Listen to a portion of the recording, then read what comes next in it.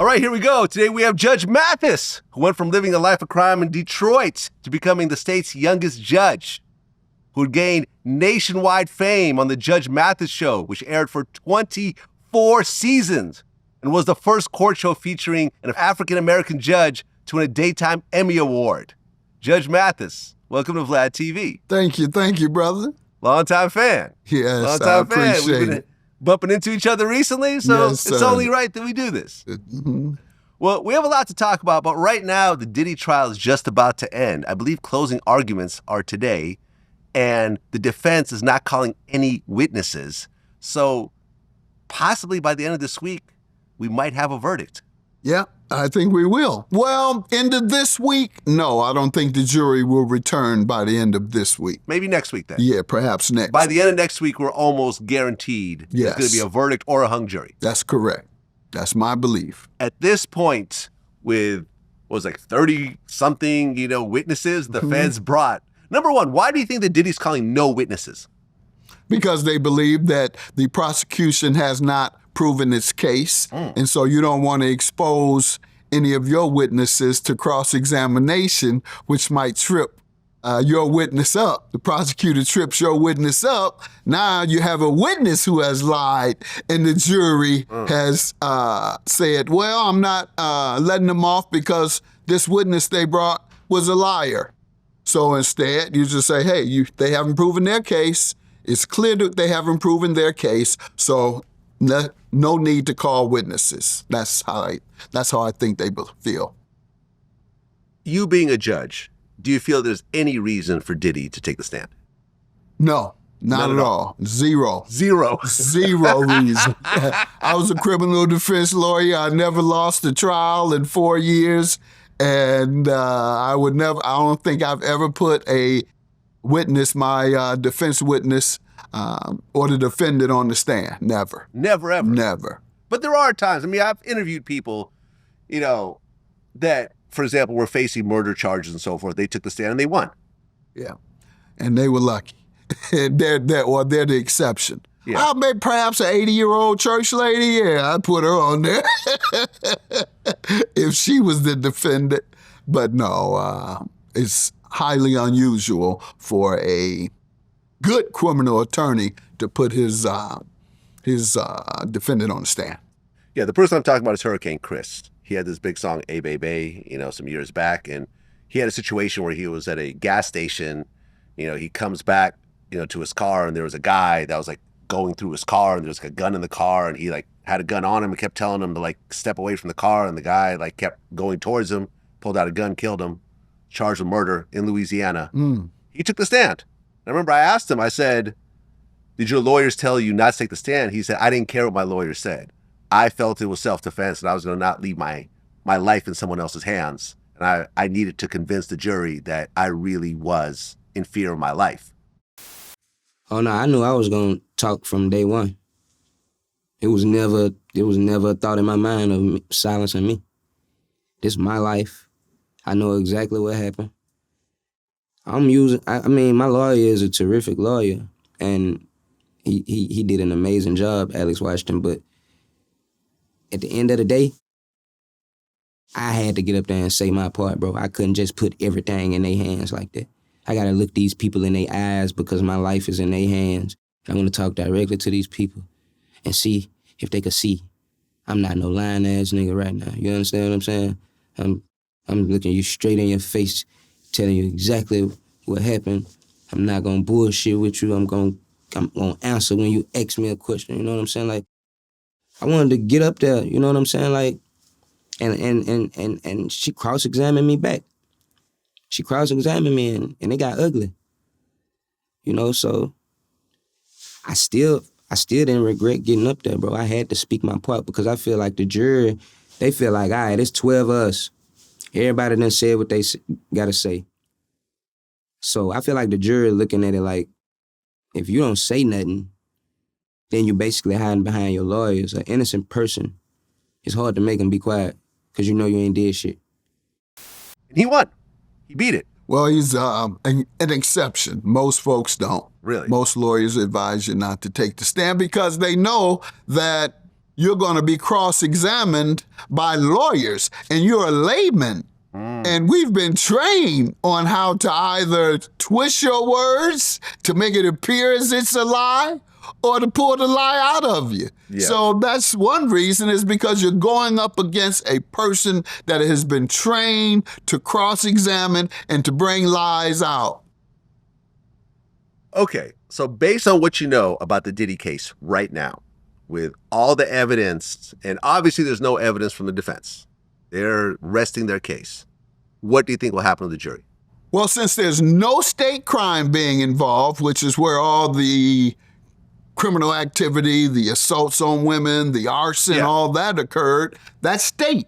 And this federal crime, this RICO crime, I believe that thus far all they've proven, and they've rested their case. I think they only proved the Mann Act, and that is flying interstate transportation for prostitutes. Perhaps drug use, drug possession, based on all the witnesses that have said they brought drugs from across state lines. If the deliverer of the drugs, in which I think there's an admission that the drugs were brought from cross state lines, then it becomes federal. And in that case, possession, in my opinion, not distribution.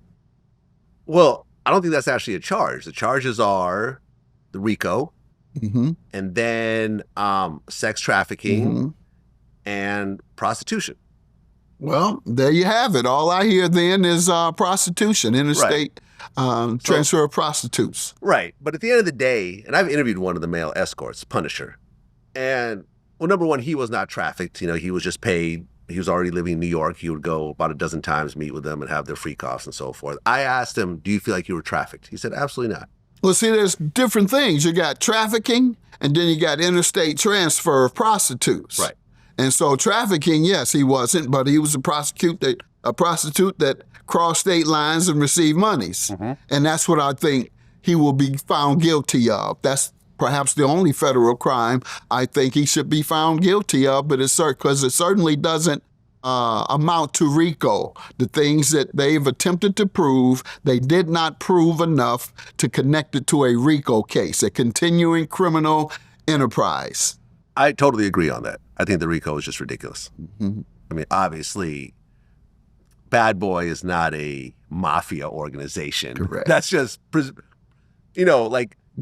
trying to present to the world that it's a real company, but really they're like extorting and, trafficking drugs. It's a real company. That's exactly what they're trying to suggest. Yeah, which is ridiculous. I think they're going back to the kids down in Atlanta.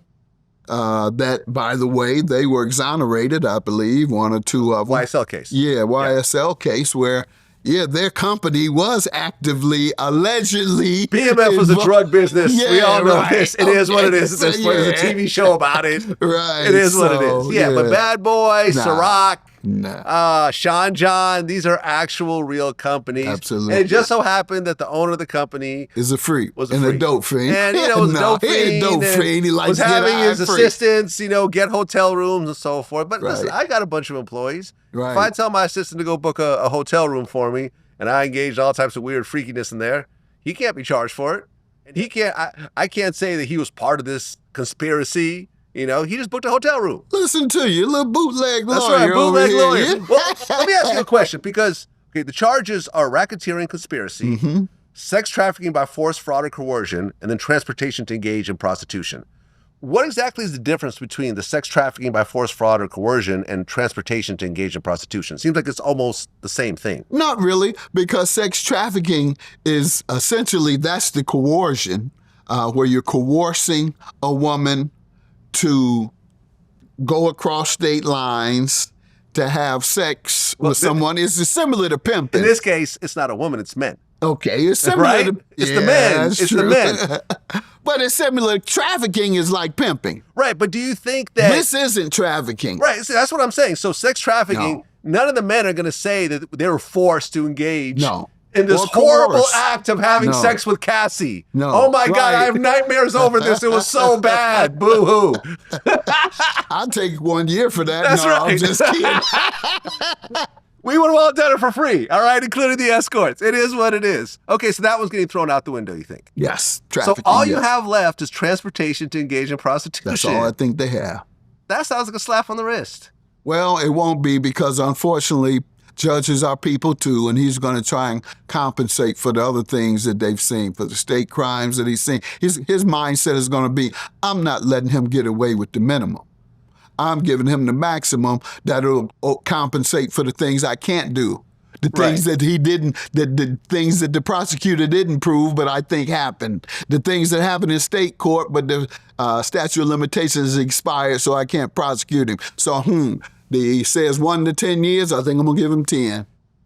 Woo! I hope not for that small of for that violation. You know, I'm not suggesting that they should overcompensate for the state crime that they failed to prosecute because of the statute of limitation. I think they should be judged based on what he did then. And that is the interstate transportation of prostitutes, the violation of the Mann Act. Right. So he flew in a couple of male escorts to have sex with a woman. He paid them. They were happy. They went home. Right. And trafficking is usually the opposite. Yeah. It's a cat who's flying in a woman and by coercion or force, and then having her to prostitute for him for the most part. That's what trafficking, the essence of it is. This is not that. No, he's never been a pimp. It's not. He's No, he never wasn't been a no. pimp. He He's wasn't just no been a guilt freak. pimp. Yeah. I talked to a lawyer that was very close to this case, and what he said was, this is really a domestic violence case that has just blown up into a RICO and sex trafficking and so forth. But at the heart of it, that's really what it is. It's really domestic violence. And I'll throw the arson in there, however. There's that, yeah, with Kid Cudi. So those two things, I would, based on what I've seen and heard and read, if it were a state case, yeah, I'd get him on the arson and on the multiple cases of assaulting women. Yes, I would. Right, but he's not charged for that in the That's feds. correct. Not at all. So the big one y'all could get him on is over for that. Okay, so according to Judge Mathis, who's an actual real judge, he thinks one count of transportation to engage in prostitution, or possibly multiple counts, depending on what it is, those are all 1 to 10 charges, and you think the judge will throw the book at him and give him 10? Yes. I hope not, because I don't know if that's a fair sentence. I don't know if I'm not sure if the code, the U.S. code sentencing requirements are too stiff for flying in a prostitute to have sex with. You can get up to 10 years. That doesn't sound appropriate. That sounds crazy. Right. That sounds absolutely crazy. I hope he doesn't over-sentence him to compensate for other things, because I would suspect that depending on the number of times, even if it was the different various prostitutes, 3 acts, 4 acts, that 4 acts of tricking 4 times shouldn't get you 10 years. Tricking get you 10 years. Tricking will get you 10. What you in here for, dog? Tricking. That's right. How would you get 10 years? Right. Damn, how would you trick? Right. God damn. I'm sorry, baby. I can't buy you those tickets. That's sex trafficking. Right, you know, you got to fly yourself out. Correct. Can't take you shopping. That would be engaging in prostitution. Can't sell you money No, because it's can't do that. interstate Interstate commerce. and the banking system controlled by the Fed. So that's a federal act. Yeah. Can't even send money to a stripper you had the other night. Oh, man. You just can't be a man anymore. Look, I interviewed Roger Bonds, who was Diddy's head of security for like 10 years. And he said on at least 5 different occasions, he would take Diddy to go meet with Trump. And they would hang out in that office for 3 to 4 hours. He'd be waiting outside with Trump security. And, he would also, even though Diddy lived like 2 blocks away from the Trump Hotel in New York, in Columbus Circle, he would always go over there. He would always use those hotel rooms and so forth. So him and Trump kind of have a real connection. Yeah, from what I'm told, they come together and read the Bible. Read the Bible. Right. God knows what they were doing in that room. With a little holy oil. But what I think is the real game plan is that Diddy assumes he's going to lose. And if it's more than time served or a year or so, he's going to get Trump to pardon him. That's what I think will happen. Trump has already pardoned Larry Hoover, NBA Youngboy, Kodak Black, Lil Wayne. Why not Diddy? Because the public didn't see the videotapes of Lil Wayne, of Larry Hoover. The public, that's not going to leave the mind of the public. And he will have a lot of women turn on him and therefore turn on the Republican Party when the 2-year election comes for Congress from now. Well, I have 5 words to respond to that. Grab them by the pussy. Yeah. And they This is still the same voted guy him in. And 22 on his first term. Yeah, and I think he had 22 allegations, and he's been convicted before he won the second term. He has been convicted. So I'm just saying, you know, I understand the angle you're using here, but when it comes to Trump, I don't think he he cares. doesn't have to run again, and he's he not doesn't running care again. what people think about it. Exactly. On the Clearly. last day, I think on the last day, if not earlier, Diddy's going to walk free. Oh, yeah. I think that by that time he would, but I think that there's some other political considerations for the entire Republican Party if he pardons him anytime before the election 2 years from now, the congressional elections. Fair enough. Fair enough. Well, I want to get into your whole story. Mm-hmm. So, born and raised in Detroit, Michigan. Yeah. Now, you grew up primarily with your mom. Only. Because your mom and dad got divorced? And 3 brothers. Okay. Mm-hmm. Like, what age did your mom and dad get divorced? I guess like 1. Oh, so you never really saw them married? No, went over there for 2 weeks when I did meet him, and he was a fence for the Earl Flynn gang, which I joined. Okay, so let's get to that. So, you grew up in the Herman Gardens? Yes. That was a housing project? Yeah, it was a housing project. Okay, so what was that like in the 70s? Well, in the 70s, it was, well, let's put it this way, because I started as a toddler in the 60s, and it was nice, well kept. Everybody was working and doing the right thing, low income, of course, living in the housing projects. But then came Vietnam. And all the black men went to fight in Vietnam, and they all came back heroin addicted. And they all came back to the projects addicted to heroin, and within 2 years, it turned into one of the worst projects in the city of Detroit, most dangerous for sure. Indeed, we had to move 6 months after a man, a dope fiend, tried to sexually assault my mother. I use the word tried because we found him. And in the mist, in the bushes, he was a dope fiend. He fell over trying to have oral sex with my mom. And he fell out and had a German Luger that he shot and didn't work, but my brother's guns worked. So, yeah, we moved out shortly thereafter. That's how bad it was. My brothers used to have to walk my mother the 100 feet from our unit to the parking lot where her car was. It was that dangerous. She worked midnight. She'd leave at 10 p.m. And this one night that my brother didn't make it home in time, my brothers, that one night, she was assaulted, sexually assaulted. So it was tough, and all the guys coming back on heroin, or heroin, as they like to call it properly, but everybody was hooked on heroin in the 70s. Yeah, and I've heard heroin is really the worst drug. That will really make you do things that you otherwise would not do because you start to feel sick when you're away from it. I remember reading Dope Fiend by Donald Goines. Was that set in Detroit? Or? Oh, yeah. There you go. So the book started in a dope house where the main dealer was having women have sex with his German shepherds for a hit of heroin. It's happened in the crack era, too. Yeah. I know, guys. It was horrible. Horrific. Horrible. Horrible. They would tell those stories. Exactly. That's horrible. Yeah. Just really degrading humans on a level that you just can't really even get your head around. Yeah. Horrible. Okay, so you're growing up in this. Mm-hmm. And at one point, you start getting to crime yourself. Yeah. Like your first crime, how old were you? 10. Okay. Yeah, we were. I was a thief. Me and my boys, we go and steal steaks. We pile them in front, pile them in back, because they were the most expensive food. Okay. And so we'd take them back to the projects and sell them steaks at half price. So we had folks in the projects eating steaks thanks to I me. have never heard of this before. This is really a first in all the years. Yeah, People stole cars, jewelry. That's right. We started with Steaks. Okay.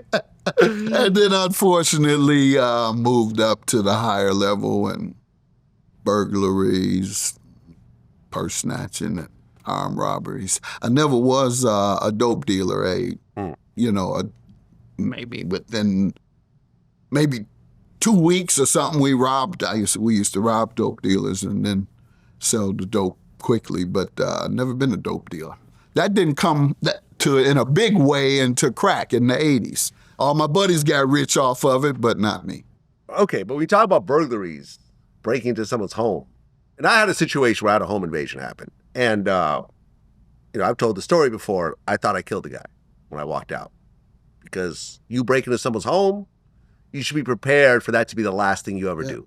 Because once you're in someone's home, they have full justification to do whatever they want to protect them, And let me tell you the crazy thing about that. That is why we were breaking in, is to get the guns. Huh. We were breaking in people's house, hoping they'd have guns. I'm going to tell you how crazy we were. We were breaking into police officers' homes. We knew they would be police, so we case the house, we get their routine, we find their shift, and we know they're going to have some more guns in there, and we break into police. How crazy is that? It's pretty crazy. Did you ever go into a house and someone was there? I didn't. Okay. But your friends did? I left. Oh, you When started? I found out someone was there, I left. Oh, you got out. Yeah. Okay. Yeah. You're also doing purse snatching? Yeah. Like, out of all these crimes, what do you think was the worst situation you got into while doing it? Purse snatching.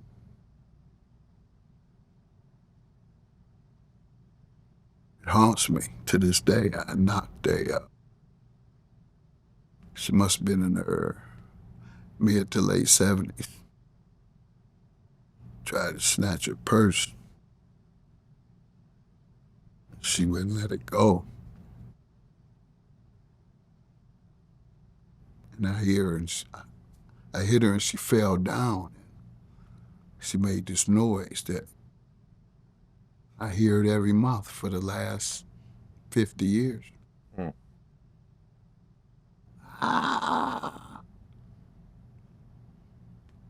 That haunts me more than anything. Second to my mother's death. Yeah. Yeah, so that was it. If we can pick it back up a little. Yeah, it's all good. You got me on that one. Okay, so at one point you actually joined a gang, the Errol Flynn gang. Mm-hmm. Now, Errol Flynn was a white movie star. Yeah. How did that turn into Flashy. a black He gang? had the flash. He in was Detroit? sharp and he was flashy. Okay, I got you. That's Detroit style. Okay, I got you. Fly, sharp, flashy, All right. swashbuckler. Yeah. Robin Hood. And the other part was we rob the rich and give to the poor little old us. Really, that's one of the places we got it from, Robin Hood. Now, your dad was part of that gang too? No, he was a fence. So what happens then, I hadn't seen my dad, and age 13, my mom couldn't handle me anymore, 13, 14, and said, I'm gonna send you over to your dad's for the summer. Well, I'd never met him.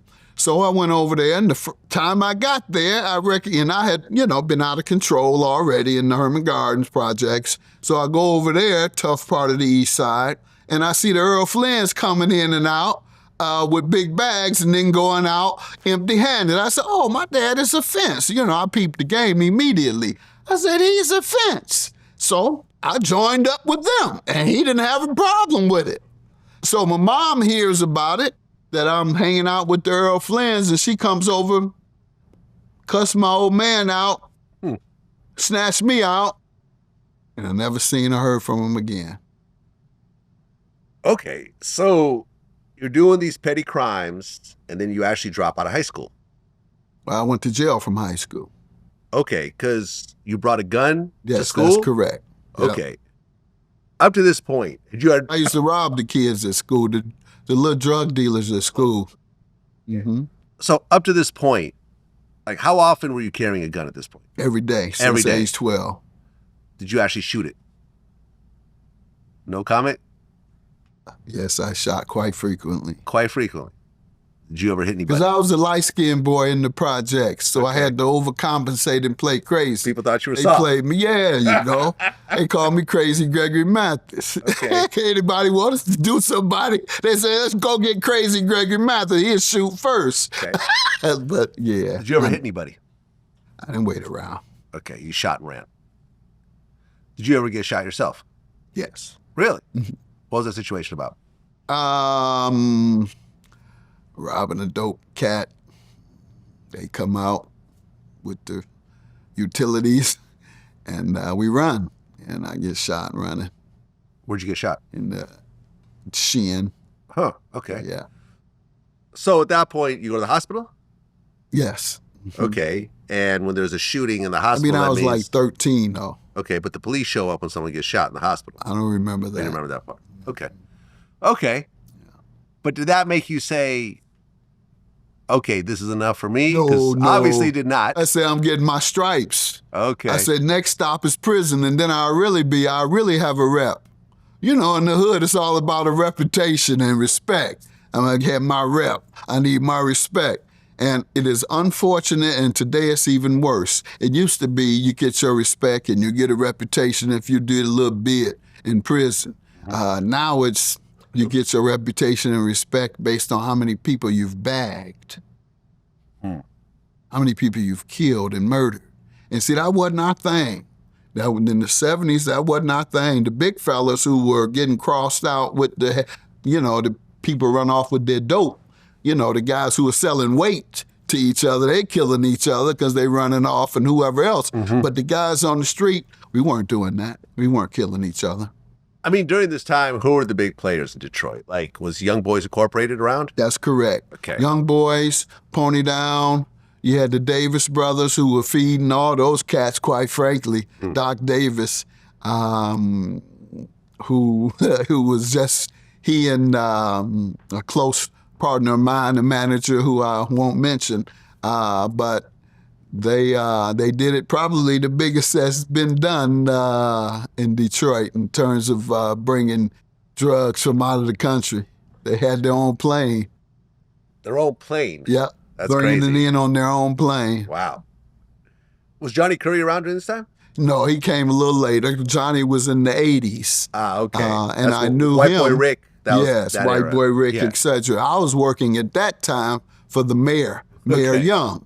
And Johnny was going with the mayor's niece. Right. Yep. And White Boy Rick was just, I still don't understand that. Right. Because he used to have him hanging out with him, wearing minks and jewelry, and this kid is look like he's 12. Right. And so everybody in the street, everybody, what is Johnny Curry working out of? What that is? We thought maybe you was screwing him or something. We didn't. I swear to God, that was one of the thoughts that came That was out. his boyfriend or something? Yeah, Like, just bring this little 13, 14-year-old kid. crazy.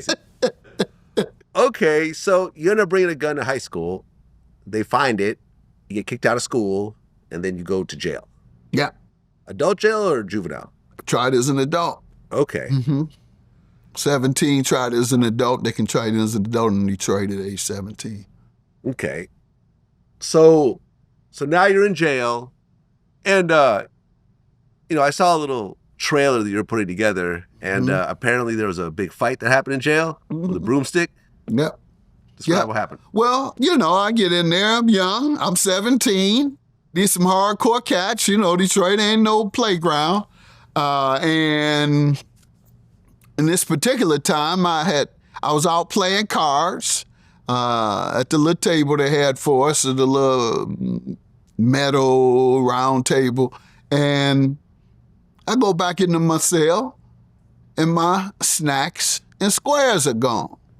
So I come out, who the fuck took my snacks and squares?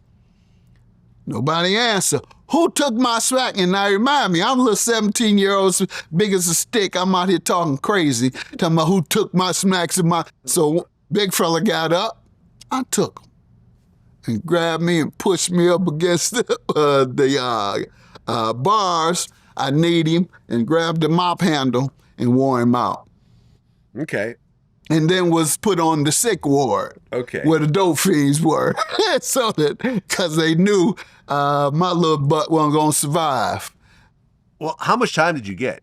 I ended up staying 9 months, time 9 served, months. but I could have gotten 2 to 5. Oh, okay. But you only did 9 months. Yes. Well, while you're locked up, your mother comes to visit you with some bad news. What'd she say? Well, and this still touches me, man. This stuff hadn't went away. I know people say, yeah, it's been 50 years. I've been whatever.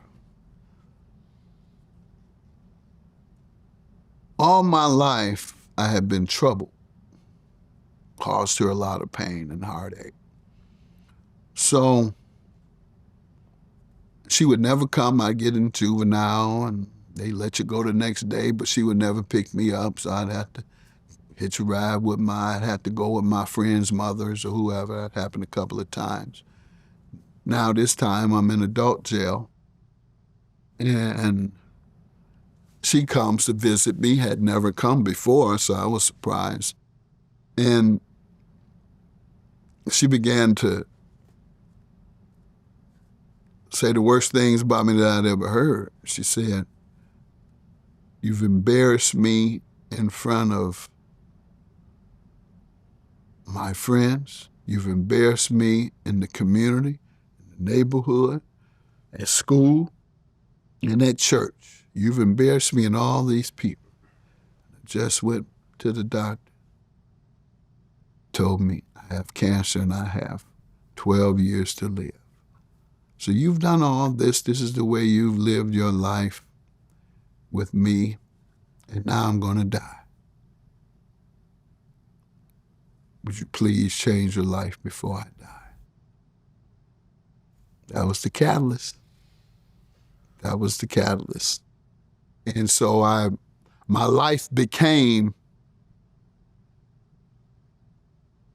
accelerating quickly towards success, thinking that would save my mother's life. I had them kind of tied together. Okay. I like that.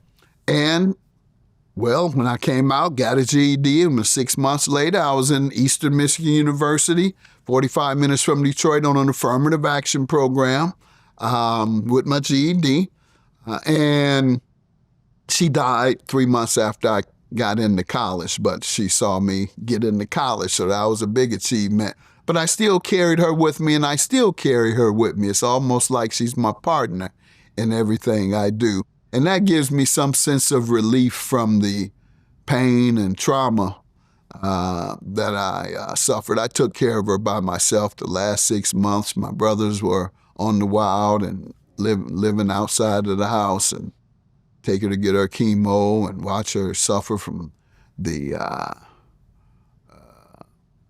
side effects of chemo and radiation. So that was a really, really tough time for me, probably the most traumatizing time in my life.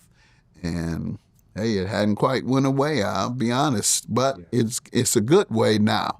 It's, you're my partner, so anything I achieve, you're down with it. So whatever I did as a teenager before I changed my life, however I hurt you, I think I'm making you proud, and I think we're doing all right now. Okay, so now you're going to college. Mm-hmm. And originally, you wanted to be like a black separatist. Mm-hmm. That's correct. You did not want to work on bringing up black people. You felt that black people need their own country and their own. That's correct. Their own, situation. As a follower of Malcolm X, right. Yes. Mm-hmm. Black Panther Party, and that type of era. Nationalist. I was a nationalist. Okay, but at one point, you started to shift your views a little bit, and you started working with Jesse Jackson. Yep. And the reason being, well, first off, let me tell you how I came to be inspired to go to college. It was through Jesse Jackson. Huh. He Okay. would do these tours around the country in the 70s, I Am Somebody tours.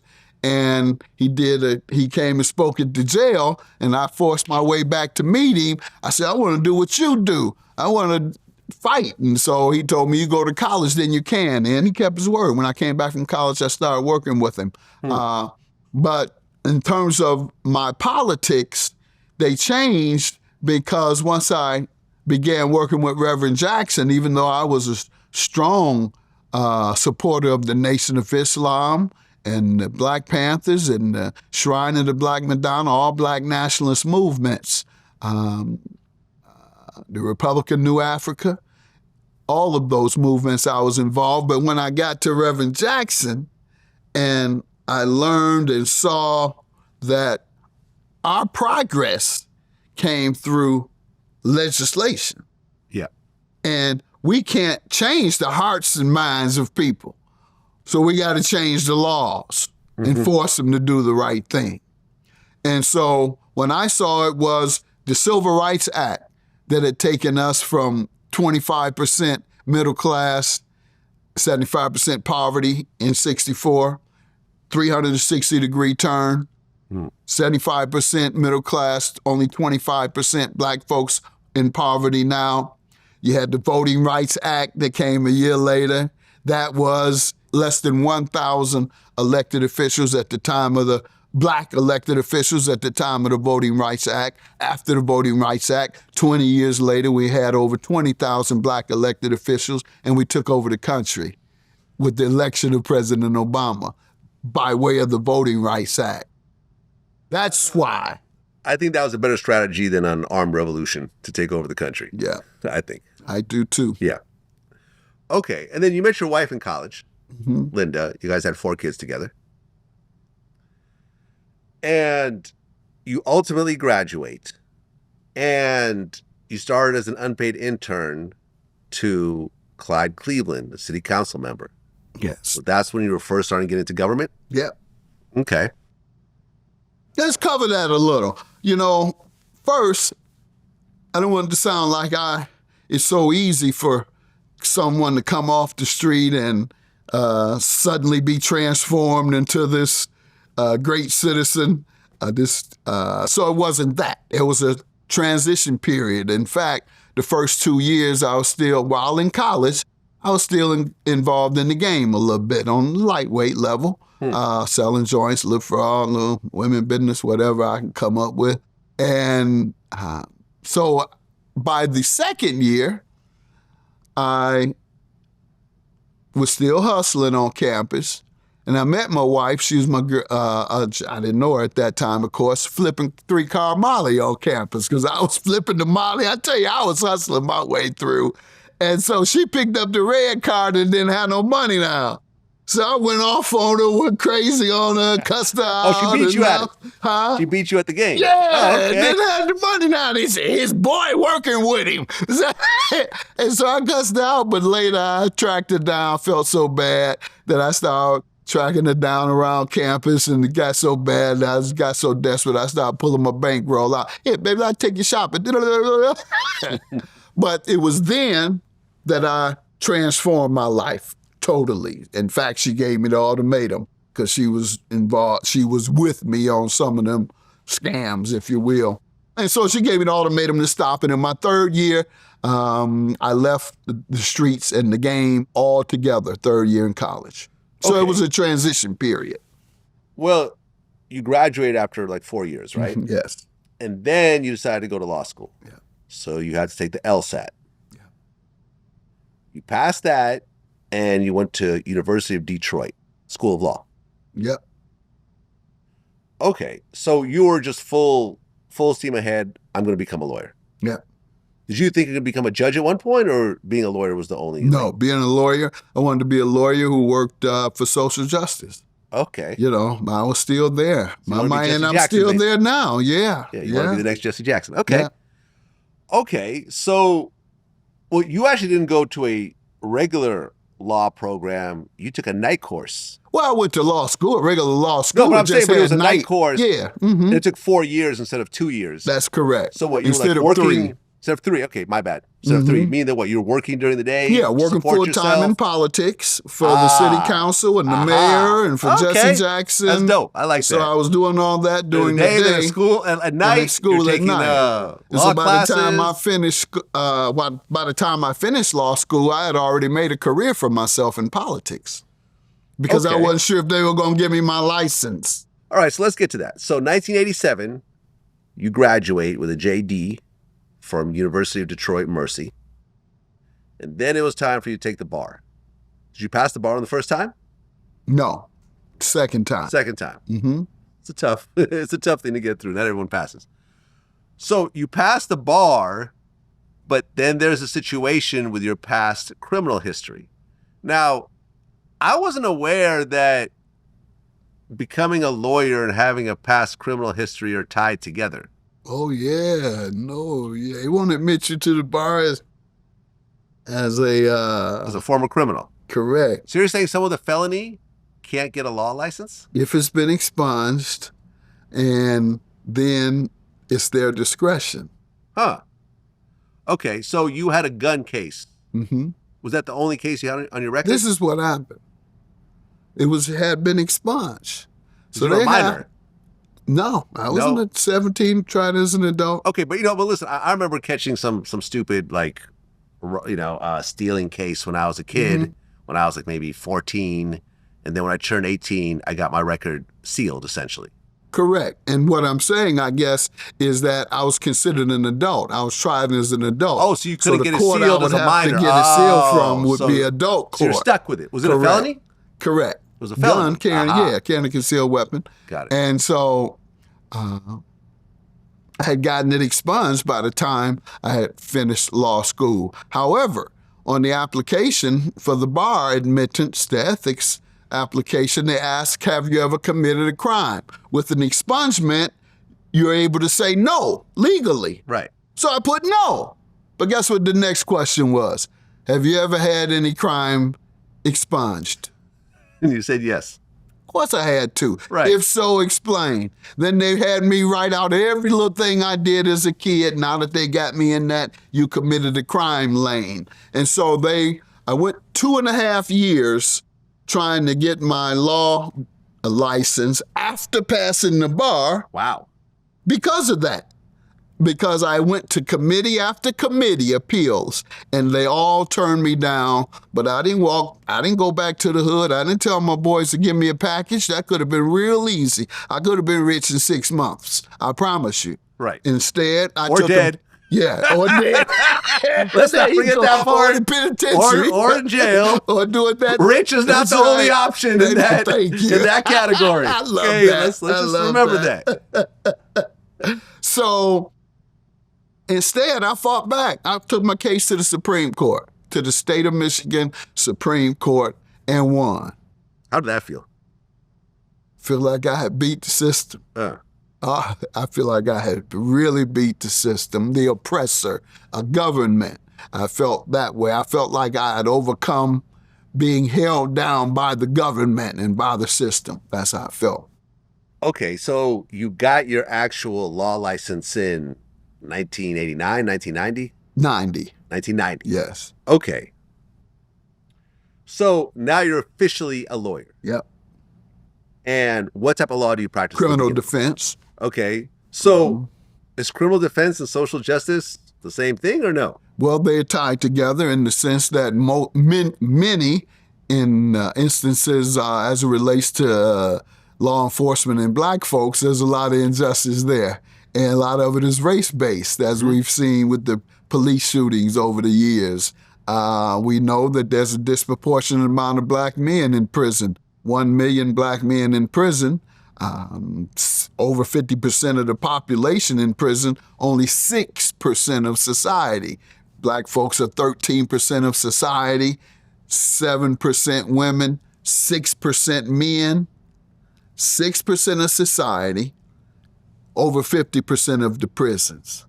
And I knew that most of that came from the injustice in society, the poverty, the economic deprivation, removing the jobs from our community, replacing them with drugs and guns for us to kill ourselves with. And then those left standing, you submit them to this criminal industrial complex where you make money off the backs of the people that you have neglected and you failed. So having that world view on society said, yes, social justice and criminal defense go right together. In many instances, they don't get due process. We're seeing something like that now with U.S. residents. I don't know if you call them citizens or not, but they're certainly residents. They reside here. They're being expelled without due process, in my opinion.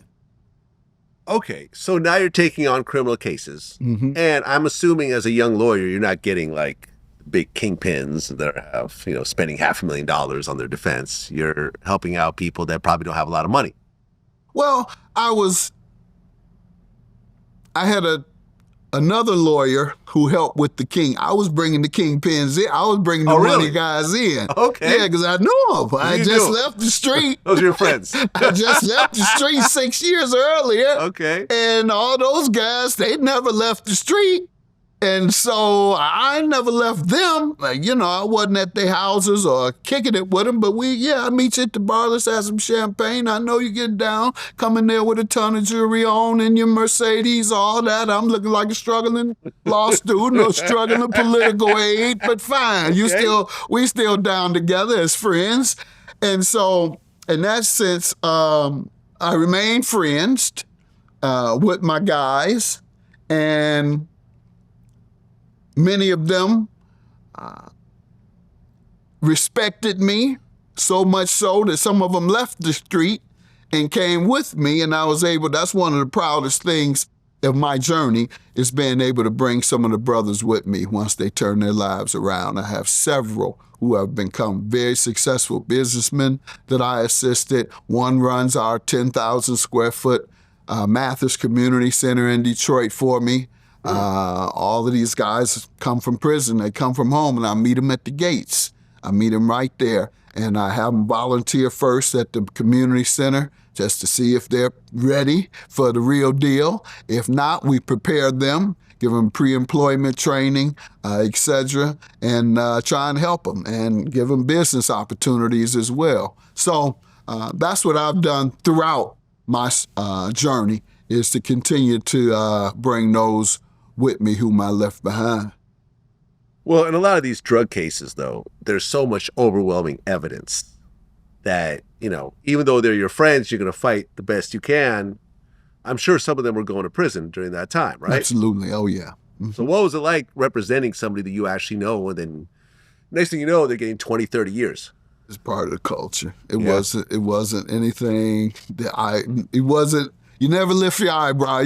People were getting 10, 20, 30 years, and it was like a day, overnight, because of the 360 law. 360 grams, 680 rather, a kilo will get you life. A kilo will get you life. Yes. Yeah. That was the Rockefeller law in the state of New York. Russell Simmons, shout out. He worked against that to eliminate that. We had it in Michigan as well. And shout out Jeff Edison and others helped eliminate it there. So that's was getting 1 kilo, which was $35,000, $25,000, would get you life in prison. That's insane. Yeah. That's insane. Yeah. Thank God for Obama. He came out and changed the mandatory sentencing and began granting clemency to many of the folks. Okay, so you're a criminal defense lawyer, and you're now in your early 30s. Is there any idea to become a judge at this point, or were you just trying to become the biggest criminal defense lawyer in Detroit? Well, I was part of the political establishment in a 80% black city, and I had the support of Mayor of Detroit, who was retiring, Reverend Jesse Jackson, the biggest civil rights leader in the nation at that time, and others who were encouraging me to run for high office. And I didn't think I was ready. Okay, that meant what, mayor? City council or mayor. Council or mayor. Yeah, I didn't think I was ready. Even though I had worked for those major politicians, as you just said, I was in my early 30s. So it became something I might have aspired to run for mayor, Congress, or city council in Detroit. But instead, that's why I got to get away from carrying grudges. My wife said I still do that. But my single objective when I got my license was to one day have those lawyers who held my license up come before me as a judge. So time I got my license, my objective was to become a judge first before any other political position. So you're saying that your goal to become a judge was fueled by pettiness. This is what you just told me. Oh, yes, if that's what that means. You were Tom Petty. Oh, no, I don't play the cross out. No, I got to get you back. I gotta get you back. Got to get you back. I will get revenge on you one day. And sure enough. It's gonna take me a while. That's right. It's not gonna be overnight. And I did. Did some of those lawyers end up like 2 of them in the first year. In the first year. Oh, Okay. and I loved it. What I was able to do, I asked in front of the court, in front of everybody, there's people in the courtroom and everything. I said, ladies and gentlemen, I may have to recuse myself. I'm gonna allow the defense counsel to determine whether he wants me to recuse myself because he held up my law license for 2 years because of the things I had did as a kid. And the lawyer and such and such, and they were all, he did that to you too? I said, yes, he did that to me. So do you want me to recuse myself? No, Judge, go at it. Well, why not? Why not have them? Why not be recused at that point? If you're giving them the option to do it, why not just? He's embarrassed. Oh, okay. He just had all the people, and now you're going to tell the judge to lead the case? That's what I would do. I'm like, this guy hates me. Now he was kind of This nervous. guy is this petty. This is God level petty. And I'm it dealing with wasn't right a now. high-level case. It wasn't a big. It's Okay. nothing that will Fair enough. break anybody or send them to prison. Right. Might have been landlord-tenant something. Okay, got it. Well, because in 1995, at age 35, you became the youngest person to be a judge in Michigan. 15 years after leaving jail. 15 years. From inmate to judge. How did that feel when you became a judge? And by the way, what does it take to become a judge? Like, what are the steps leading up to you going from a lawyer to a judge? Because obviously, a lot of people want to be judges. You never see judges like step down and end up getting Right. other jobs. They're usually there for life. It's an easy job. Is that what it is? Yeah, An it's easy very job? easy. Okay. So what are the steps from lawyer to judge? Either appointed or elected. Aha. And you just, my whole Well, career was in federal judges are politics. appointed, right? Yes, that's by, correct. By the president. That's correct. Okay. And state judges can be either appointed or run. And if you're appointed before a person's term is up, you run. Okay, wait. So you're appointed by the governor? Yes, the governor appoints judges Okay. when there's a vacancy. Aha. Otherwise, they run Okay. for So office, and I ran. you ran. Yes, and I ran my own campaign because that's what I did for a living. I ran Jesse Jackson campaign, mayor of Detroit Young campaign. That's what I did for a living, so that was easy. Yeah, you know what's funny is that, like, when I talk to people that are on my show who generally don't vote, and these are guys who are like ex-criminals and so forth, most of them don't realize that when you go to the ballots and vote for the president, there's a section for judges as well. Correct, and prosecutors. Yeah, and prosecutors. The, And I'm like, the folks you need fairness from. the people who need these appointments the most don't even realize that they could actually determine Yeah. who is in those positions. Yeah. So, like, for example, me and BG Knockout, he's from Compton. He was a Crip for a long time. It's like, like someone like this who probably saw a lot of his friends end up getting these ridiculous sentences, they really should be the ones banding together and say, listen, we got to get this judge up out of here. Like, Correct. He's giving a 5-to-1 ratio if you're black. He's throwing the book at you with like a little bit of crack. A fight sent my friend to jail for 10 years. Like, we got to get this guy replaced. But they don't even know that they can even do it. Yeah. They don't organize. They don't vote. And this is the people being affected the most by it. And that's the good news in some of these police killings. That's what's happening. They mobilized to vote out the elected officials who were there and who didn't take action. For example, the prosecutor, I think, that was involved in the Trayvon Martin case was defeated in the next election. Nice. The Mike Brown's prosecutor, I think, lost outside of St. Louis, was it, Missouri? And so, yeah, that's how you use your power to get justice. If you really want justice, street guys, then help elect the prosecutor and help elect the judge. There you have I didn't take any street legally. I didn't take any street money, but they helped me. In other words, they say, I got Greg is running. Y'all remember Greg from the projects? Y'all remember Greg from the hood? Da, da, da, da, da, da. Let's go out and volunteer for him. What do you think I'm gonna tell them? Let me look at your record. Are you a crip? Man, please. Y'all come on. I want everybody in the hood with me. How did it feel at 35 years old to come from the background you came from, to put on that robe for the first time and sit in that courtroom and you're the boss? You run that whole show. You know, Vlad, I'm not confused. My journey is totally miraculous. Totally. Well, I have nothing to do with it, put it that way. This is God's work. It's nothing I could have done out of my own power to do what I've done. To the things that I did, I could have faced life in prison. To escape all those things that I did, that would have gotten me life in prison, and instead 15 years out of jail, the youngest judge in Michigan history. And then 3 years after that, national television, and the longest running African-American person on television. That's not something I could have done on my own. So I've always felt, and I ain't had no messianic complex. I don't think I'm Jesus or I'm the Messiah to anybody, but I've always felt purpose. I've always felt that I had a purpose in my life after I was able to get into college. Once I got into college and my eyes started opening, and I said, nah, this is something I'm committed to do. So I said, thank you, God. Thank you, Mama. That's how I viewed it. Thank you, God, for continuing this journey. Thank you, Mama, for being with me. Okay, so you start as a judge in 1995. But then in 1999, that's when the Judge Mathis TV show starts. Yeah. So it's 3 to 4 years after that.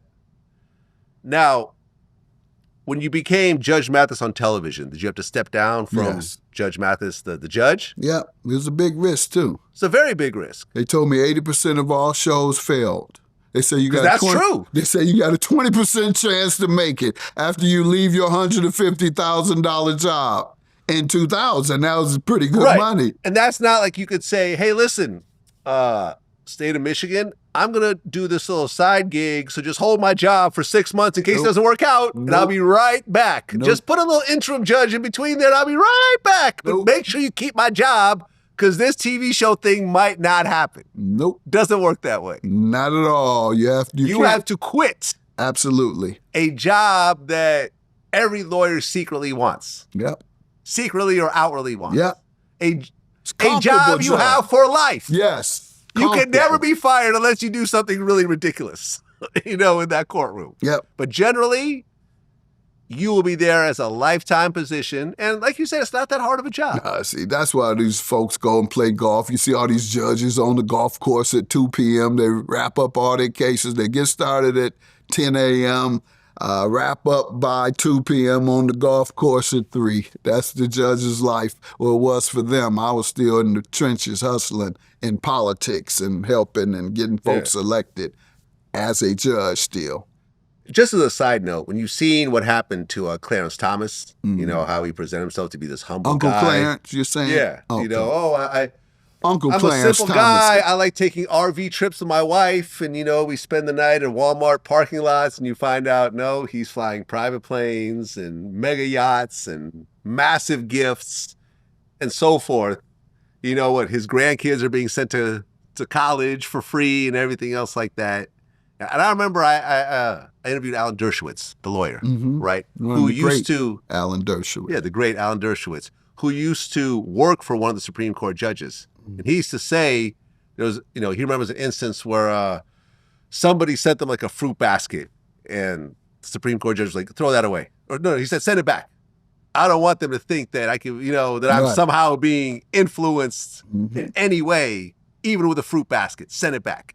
Whereas Clarence Thomas has no problem flying private and so forth. Uncle Thomas, and I call him Uncle Tom because that's affectionately, folks call me Uncle Greg now, Uncle Judge. Older folks are referred to as Uncle, right? Yeah. So Uncle Thomas. Yeah, there's a double meaning in that, but go ahead.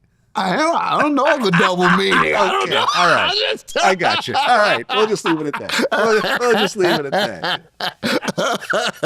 Do you feel that Clarence Thomas should step down as Supreme Court judge? I think that he's from everything that was reported and from his own admissions, I think he's engaged in corruption, or he's violated the federal code accepting gifts. Yes. I agree. But yet, he's still there. Yeah, well, nobody can remove him. Yeah. Okay, so now this TV show is starting to ramp up.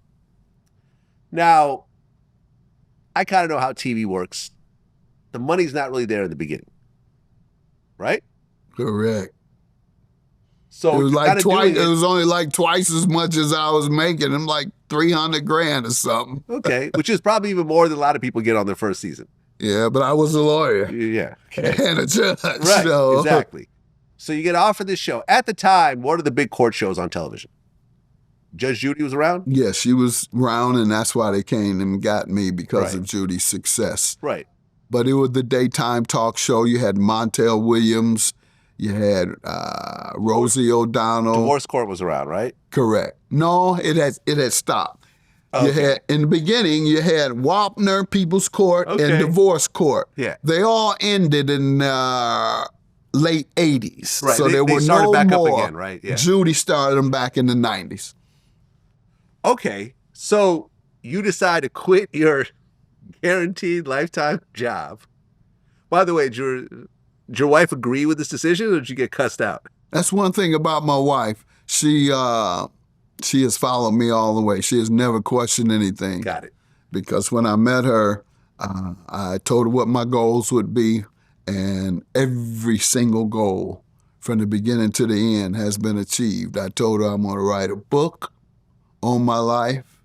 I told her I'm going to be rich before age 40. And I told her I was going to be a national civil rights leader. And I'm chairman of Rainbow Push, Reverend Jackson's organization, so I achieved that goal. Love it. So she always has pushed me. Go out there, you know how to move. Okay, so you accept this job to be on television. You quit your judge position. By the way, did your fellow judges think you were crazy at the time? Yes. Yes, oh yeah, they did. But, all of them were already kind of had their own personal feelings about me, because I was a lot better known than they were. And younger. Yes, and I had a lot more power than they did. Okay, so now you step down. You're no longer a real judge. That's correct. You play one on television. A retired judge. As an arbitrator. We're arbitrators. Arbitrators, exactly. Mm-hmm. Oh, right, yeah, exactly. So you could do proceedings with people who agree to let you be the judge in their particular private case. That's exactly what we do. We just do it on television in a robe. Most mediators and arbitrators, they're in the little conference room talking, but this has put us on the bench. Now, basically, the staff goes through a bunch of civil cases and starts to pick out ones that they feel would be good on the show. We send them around the country, the courtrooms around the country, and we asked them to look up cases that have already been filed, and those which appear to have entertainment value. Call the folks. They got to have the cooperation of the court clerks a little, but to get the information, you contact the folks, ask them if they'd like to remove it from their local court and bring it to national television to be arbitrated by the judge. And so that's how we get the cases, and we pick the ones with the entertainment value. Okay, so basically, both parties drop their civil case Mm-hmm. and agree to have it tried by you as an arbitrator That's correct. in front of, a television audience and so forth. That's correct. And from what I understand, the people get a talent fee of about $150 to $300. I don't know about that. Okay, that's what I heard. Yeah, I But it's know not a that. big paycheck to be on. Yeah, I know that we pay the judgment, and that's Yeah. the incentive. Right. But I didn't know. I guess we probably have to, because they're flying in from Yeah. out of town, perhaps a per diem. Okay. But basically, they're not really getting a ton of money to be on television. No, That's my point. no. You just don't lose. Right. So essentially, whatever the judgment is, you guys pay for it. Yes, we do. So the incentive for the party that ends up losing is that they're not out any money. That's why we're able to get them to come. Who wants to be seen on national television being sued Right. and somebody talking about them like a dog? Well, if you owe money and you don't want to pay it, so you say instead of this $2,000 that they're gonna garnish me for, I'm gonna go on Judge Mathis and they'll pay me even though I know I'm gonna lose, but maybe not. Well, right, because there's an incentive for the person who wins because they may not be able to collect from the person they beat. Correct. They could get a $5,000 judgment and that person tells them to kick rocks and they're There you go. unemployed. And it's like, what are you going to garnish? Yeah. Right? Right. So that's why. Exactly. I come. Go kick rocks. I'm not paying you. Whereas in this case, everyone gets paid. There you go. So that's why people do it. And a chance to be on television. Oh yeah, 15 minutes of fame is Right. everything. Now, when you first started, Judge Judy was kind of the big dog Mm-hmm. in the space. And she was really just mean to everybody. And you tried to emulate that originally. But that didn't really work out. Nope, not for a young black man. You can't sit there and talk to them white folks like that. We'll take it from her, the grandmotherly white woman, but you can't, a young black man looking like you 25. When I started out, I looked so young. You can't be able to be talking to people like that. So nah, they did a focus study group at the end of the first season, and that's what came back. They said, well, I tried to be mean. I never tried to be funny. Huh. So the folks said I tried to emulate Judge Judy. So the focus study group came back and said, he's mean.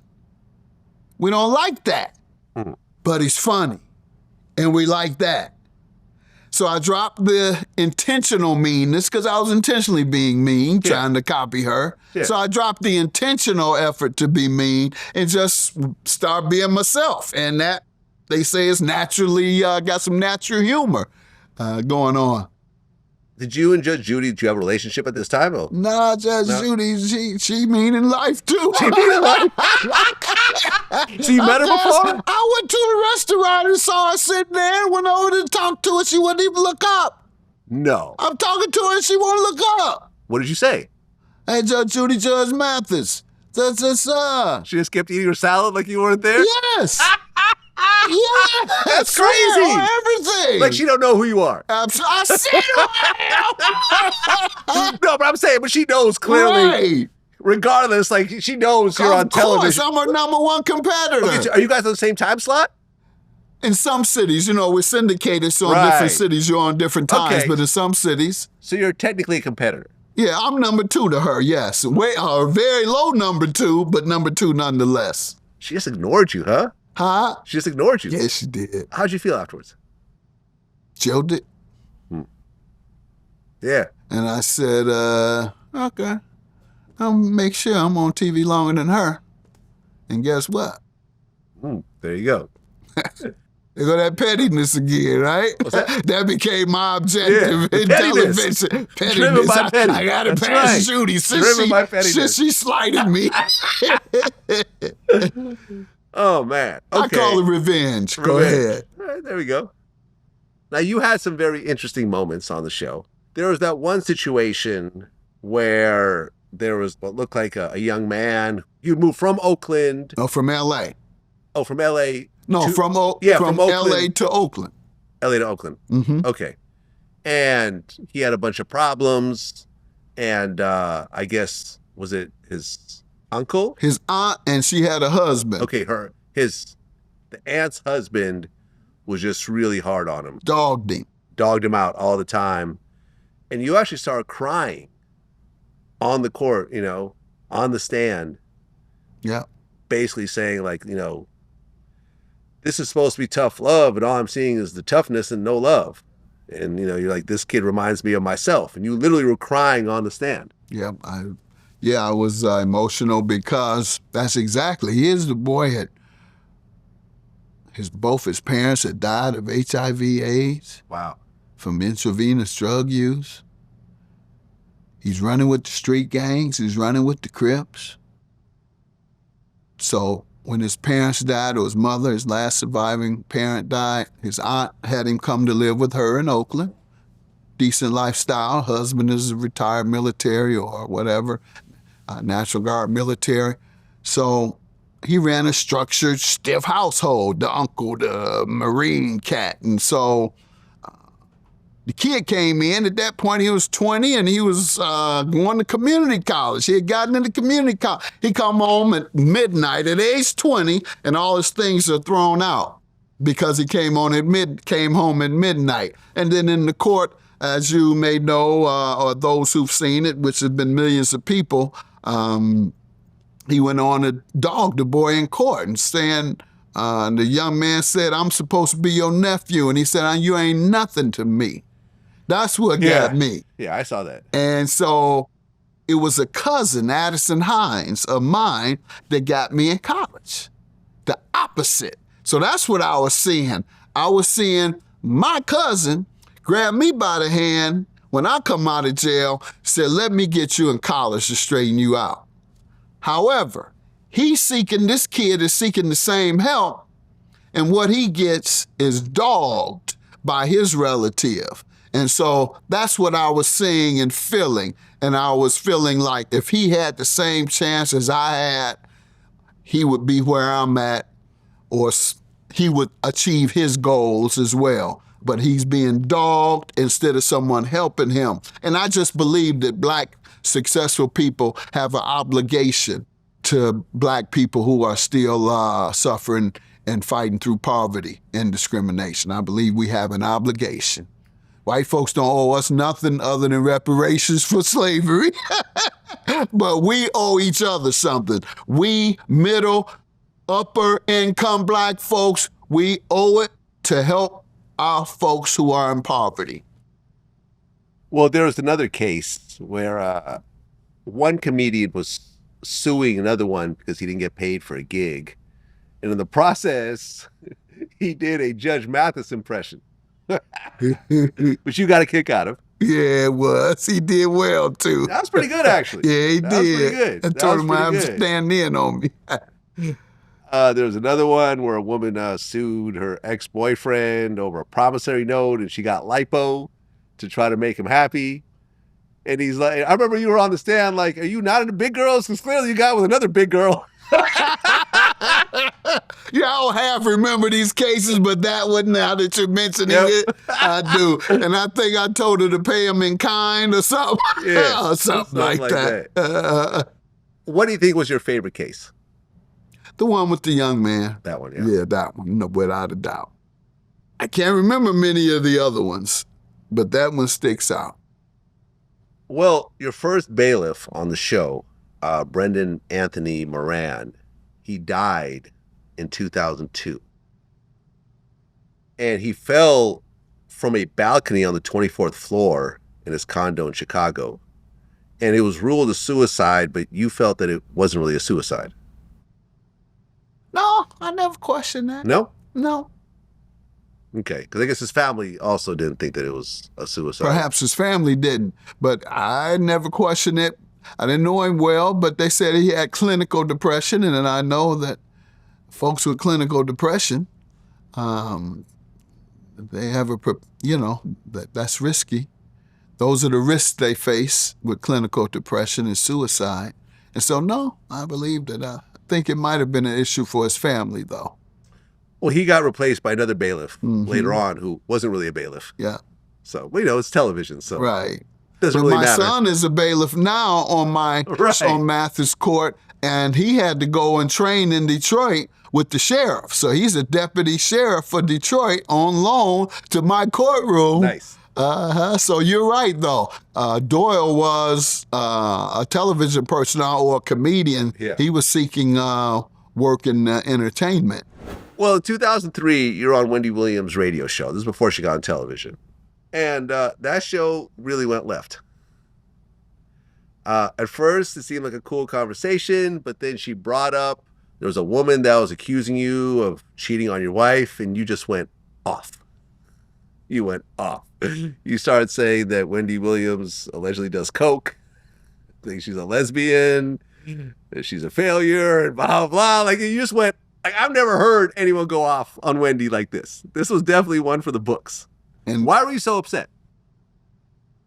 Because I feel, Vlad, that I fought my way out of some hell of a shit, man,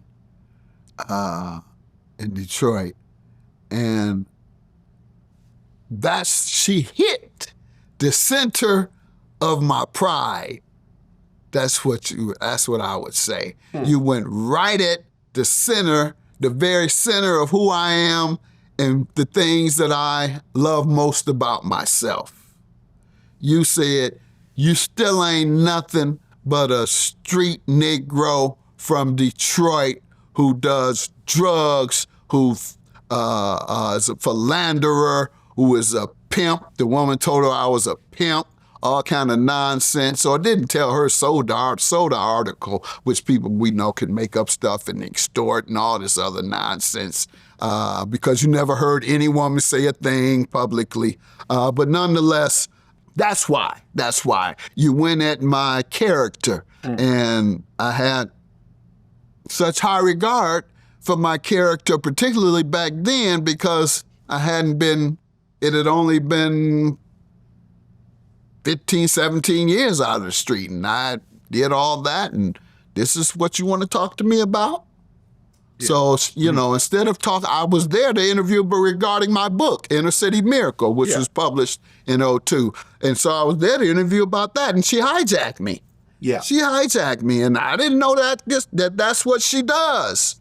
But she might have hijacked the wrong person that day. But Wendy's all right with me. I pray for Wendy. I've spoken with Wendy on several occasions. Yeah, you guys worked it out afterwards. Yes. Yeah, you guys worked it out, which is cool. Yeah. Yeah. Ultimately, she does her job, and she's a black woman. She's a black woman. Yeah. I don't want to continue to have these hard feelings about a black woman who some say and might feel I disrespected, even more so than just defending myself. I disrespected her, a black woman as well, and I don't want to do that. Well, by 2015, Judge Mathis was on his 16th season, which makes you the longest serving African-American and black court show ever, surpassing Judge Joe Brown, which lasted 15 seasons. You and Joe Brown, were you associates at that point, or? No, we were never associates. I think he said some slick shit about me, and I'm petty. Yeah, he said he had better ratings than you, and he doesn't like how you support the rainbow, meaning gay people. Mm-hmm. Now, your son is gay. And my brother was, my favorite brother was. Your brother as well. Mm-hmm. Just perfectly fine. And my mother accepted my brother and his friends, so they come over, so it was normalized around me. Yeah. And As if it somebody should be. messed with my brothers, we'd go and they'd have a problem. As it should be, man. This is your son, this is your brother, this is family. Yeah. Why do you think, Joe Brown took those types of shots at you? Joe Brown thinks he's a tough guy. He thinks he's a tough guy out of Memphis. That's why he wants his super macho, toxic masculinity. You hear all this stuff he talks now. What did he say? You heard all that? All the things he said about Vice President Harris, called her a hoe and all of that. I bet he wouldn't call my wife no hoe. Now, you can call me whatever you want. If he'd called my wife, and I don't understand, is it dug him off, or the husband? Oh, no, all that first man or second man, all that would have went out the window. I'd be right up in there in that studio.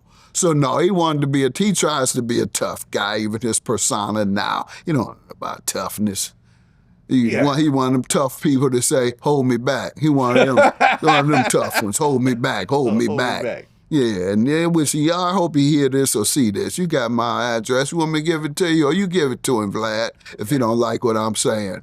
There you go. Because he talked that slick shit about me, and I'm against violence. I'm anti-violent, but I will defend myself. Yeah, I think you could take Judge Joe Brown. He's like, what, 90 years old at this point? And I've interviewed him before, cool dude. I mean, but he has very strong opinions about certain things. He said that like Tyler Perry's role as Medea is bad for black people. Did they say that about Tootsie, that movie? Did they say Dustin Hoffman? Dustin Hoffman was bad for white people? I feel like black people take a lot more heat when they wear dresses and, in terms of entertainment and so forth. Well, our men have been, black men have been emasculated throughout our journey here. Right. Certainly during when we were enslaved and forced to have sex with women just to produce property as they regarded us. So yeah, there is a sensitivity the emasculating us. Yes. So I think that may be where that comes from. Right. But I also interview a lot of comedians like Ari Spears, who did Mad TV, who had no problems wearing dresses. If it's in a comedy setting, Yeah, I think some people who, when you're looking at it as a serious matter, that's the context they put it in. And he's looking at it as a serious matter, Joe Brown, in that sense. And so in that sense, or in the sense that they make you wear a dress, as some say, to get roles out here. And maybe that's how Dustin Hoffman and what's his partner that became one of the greatest comedians of all time. Dustin Hoffman's partner? Who was this? No, he was in the movie with him, Tootsie. Oh, hold on. Tootsie. Robin Williams. Robin Williams, yeah. Yeah, they became one of the greatest comedians of all time. He put that dress on. Wait. No, wait. Robin Williams wasn't in Tootsie. He was in another one. Bill Murray, Sidney Pollack. Yeah. But he wore a dress in one of the movies. Oh, Mrs. Doubtfire. Yeah, Mrs. Doubtfire. Yeah, right. there we go. Yeah, he dressed up like a woman. Right. An old woman at that. Yeah. Yeah. Well, one of the things Judge Joe Brown said in my interview that really went viral at the time was that James Earl Ray didn't kill Martin Luther King. I wound up being the last judge hearing the James Earl Ray matter. Did he, in fact, assassinate Dr. Martin Luther King? And had he not died and his local attorney not died in close succession, it would have been my finding that he was not the gunman. That Remington 760 Game Master they've got in the Civil Rights Museum is not the murder weapon. It's not even close. And it was a two-man hit team that killed him from the fire station dormitory. It wasn't the flop house, and it wasn't in those bushes. So yeah, I got into the deep details of Dr. King, and that 3 or 4 year period that case was kicking around in front of me. So you're saying that the James Earl Ray did not kill Martin Luther King? No, he didn't kill him. Even though most people, he was convicted for it, right? He didn't kill him. It's interesting, the homicide file for the Memphis Police Department reaches the same conclusion back in 1968.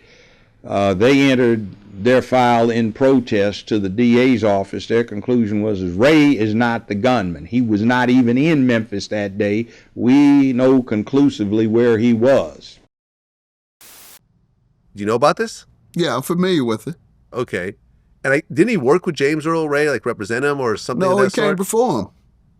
Oh, he was the judge in the case. Okay, there we go. Yeah, I wasn't sure about the timeline. He was the judge in the case. He said that was not the assassin who killed Martin Luther King. I agree. You agree? So who killed him? I think it was law enforcement. It was initiated and coordinated by law enforcement, United States law enforcement. Wow. And that was just a patsy who took the blame for it? That's correct. Huh. Did he actually deny that he did it, or did he say, no, I did it? Of course he denied. Well, there's other evidence that was found to indicate that other parties were involved. The same with Malcolm X. Really? Yeah. Malcolm X, who was my third cousin. Me and his daughters communicate frequently, and we looked at evidence, and as you know, one of those who was convicted was later exonerated. Another one claimed coordination with law enforcement. So, or at least as they said when they brought the crack cocaine over here, the CIA, complicit. They were complicit with this murder. Yeah, I interviewed one of his daughters, Eliasa Shabazz. Eliasa. Yeah, I want to pronounce it right. She runs the museum. Yeah, man, beautiful person. Very intelligent. Yep. Dr. Elias, yeah. Dr. Elias, exactly. Yeah. Yeah, and she definitely feels a lot of pain over the loss of her father. And her mother at that, because that was a very tragic story as well. I think it was like the nephew ended up burning the mother alive. Grandson, yeah, there we go, the grandson. And then Malcolm's other grandson. I worked with both of them to try and I used to talk with them and try and talk some sense in because they could relate to me and my background and their grandfather. And then his grandson Malcolm, named after him, was killed in Mexico, I think, in a bar fight. Sad. Well, you gave your opinion about the Bill Cosby case. Yeah. And I interviewed Tom Mesereau, who was his lawyer when Cosby originally lost, before the appeal came through. So I know this case pretty well about how, the whole first district attorney gave him the deal, and the judge and the district attorney were enemies. So then when the new district attorney came in, the judge let a bunch of stuff slide and kind of ignored the original deal and basically sent Bill back to prison, which ultimately he appealed and got out. What is your take on the whole Bill Cosby case? Well, based on what I've heard, read, and discussed with others who are close to Dr. Cosby, I believe he had encounters with a few, if not more, women that were named or that made allegations. But I'm not convinced he had non-consensual, meaning put in their drinks. That's, I think, was the allegation, that he drank them all. So we didn't have any appear, no residue from anything. Well, these are all 30-year-old cases, 40-year-old cases. Yeah. Which is sort of insane that you could still bring them in a criminal case. Yeah, and the entertainment industry in the 70s, who wasn't getting high and freaking. Oh, yeah. Diddy pales in the face of other stuff they were Cosby, look at this trial like lightweight. No, I'm not talking about Cosby in particular. Pre-cost. I'm talking about other people. Hugh Hefner and his crowd, not Dr. Cosby. I bet you Bill is looking at this Diddy case going, what a lightweight. Only 2 male escorts? That was a light day for me when I went to go to the Playboy Mansion. Let me tell you the kind of stuff that went on over there. Do you know Bill personally, by the way? Yes. Yeah? Yes, I know Dr. Cosby. Yeah, and and you mentioned how he's given more to black universities than like any other human being. No question ever. about like $100 million or something. No question about it. Yeah, and it's crazy how quickly you could build up a body of work that is just monumental. I mean, you could say, I remember D.L. Hughley, we talked about this on the air, about how you could almost say Obama wouldn't have been elected if not for the Cosby Show. I don't think President Obama is president without Bill Cosby. I think that that's absolutely true. But you can be both. Wait. You said that there would not be an Obama. I don't think that. I think that Bill Cosby showed America that they could have a black father. So if they could have a black father, they could have a black leader. I think he set the table for Barack Obama. I do not think that he would exist. I think that Bill Cosby was a precursor for a lot of the advancements that black people have made, and no one can deny that.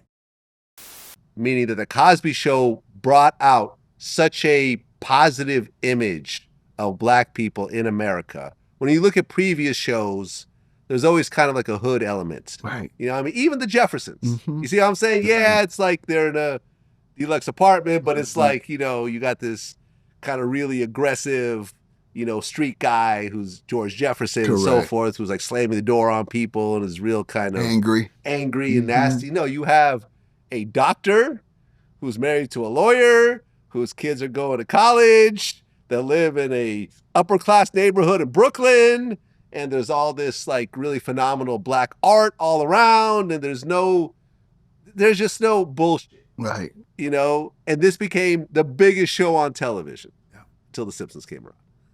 but you know what I'm saying? Simpsons. Remember The Simpsons? The Simpsons, you're Simpsons right. came and knocked them out of that Knocked 'em out. slot. But for a while, that was like, think about it. He was the guy that introduced New Coke to America. He was the spokesman for Coca-Cola, Sure was. which was the biggest soft drink on the planet. Mhm. Granted, it was not a very good rollout, and they went back to original Coke, but I'm saying he was doing pudding. He was everything. And he was very clean in his humor. Right. He wouldn't never refuse to swore. curse. Mhm. It was always about family. He would put down comedians that use foul language and everything else like that. To go from all this to suddenly all the universities are removing his name, from the buildings that he donated to and taking back their honorary degrees. And suddenly he's really viewed one type of way. By some. By some. Well, by too many. Let's put it like that. Too many. Too Yes. many. Yes. Right? That's by the correct. majority. By the majority. By the yes. majority. Yes. Because if he won on appeal, perhaps they should give all those things back. This is true. This is true. Have you ever seen something like this? Because ultimately, when it went to the Supreme Court, the judges said he had a plea deal. The legal system is based on plea deals. If you start throwing out plea deals, Correct. you throw away the whole system. Imagine getting a plea deal to do a certain number of things, and after you do them, you say, never mind, go to Correct. prison. I changed my mind. I'm taking that plea deal back. Yep. Which is basically what happened. Yep. Exactly what The happened. DA who gave him the plea deal took the stand and said, I gave him that plea deal. There was no gray area. They're like, it wasn't a real plea deal. No, It was a plea work. It deal. was paperwork. There was paperwork. There was a press conference. There was a plea deal. Right. Whether you like Bill or not, he got a plea deal, and he went to jail with that plea deal intact. Yeah. Only to be let out on appeal. He probably could have sued, but I think at that point he probably was just trying to just. Correct. Get his name out the Get his media name on out the that. You media. don't want to drag that out more. That's true. You want to get that narrative out the way. Because there ended up being even more lawsuits afterwards and so forth. But one interesting thing, a lot of celebrities, when they go to prison, most of them have to pay to be safe inside. Dr. Cosby, they protected him. Nobody could mess with Dr. Cosby in prison. Whereas, I promise you, certain celebrities, they had to pay if you wanted to remain safe. They did mess with Cosby because one of the guys I interviewed, Esquino, who's from Philly, said that a friend of his who was locked up with Bill Cosby in Pennsylvania during that time said that he saw someone throw a hot dog at Bill. Because my man called me he was in jail with Bill Cosby. He said, they hit him with a hot dog, right? They was making jokes about that shit, he hit him with Bill Cosby with a hot dog. Mind you, Bill Cosby somebody's dad. He's America's dad, right? Right. Somebody hit him with a hot dog in jail, right? So Is that a real story? That's a real story. My man Wait. So, I thought you were just joking. Okay. Somebody threw a hot dog at him, hit him with a hot dog. Because Bill Cosby was locked up in Pennsylvania. Yeah, Pennsylvania. Right? It's called, what's the name of the new jail they had just built? I forgot the name of the jail. They just built it not too long ago. Okay, so he was locked up over the case, which ultimately got overturned in But he went Pennsylvania upstate, Supreme but Court. he's upstate. It was a state case, right? Yeah. So he was locked up there, and what happened to My him? man said somebody hit him with a hot dog. He came through. He just threw a hot dog at him. So it was a funny joke. But I'm like, at the end of the day, people know all right, somebody might hit him with a hot dog, but they're not gonna keep disrespecting Bill Cosby because it's people respect Bill Cosby. But somebody hit him with a hot dog when he came through. That's what my man said. So. Oh, At some point. well, you had to throw it. They didn't come up on him, though. And maybe, perhaps, They throw him from a distance? Perhaps the Nation of Islam football? didn't hear about it inside behind the walls because the minister had the nation protecting him, for sure.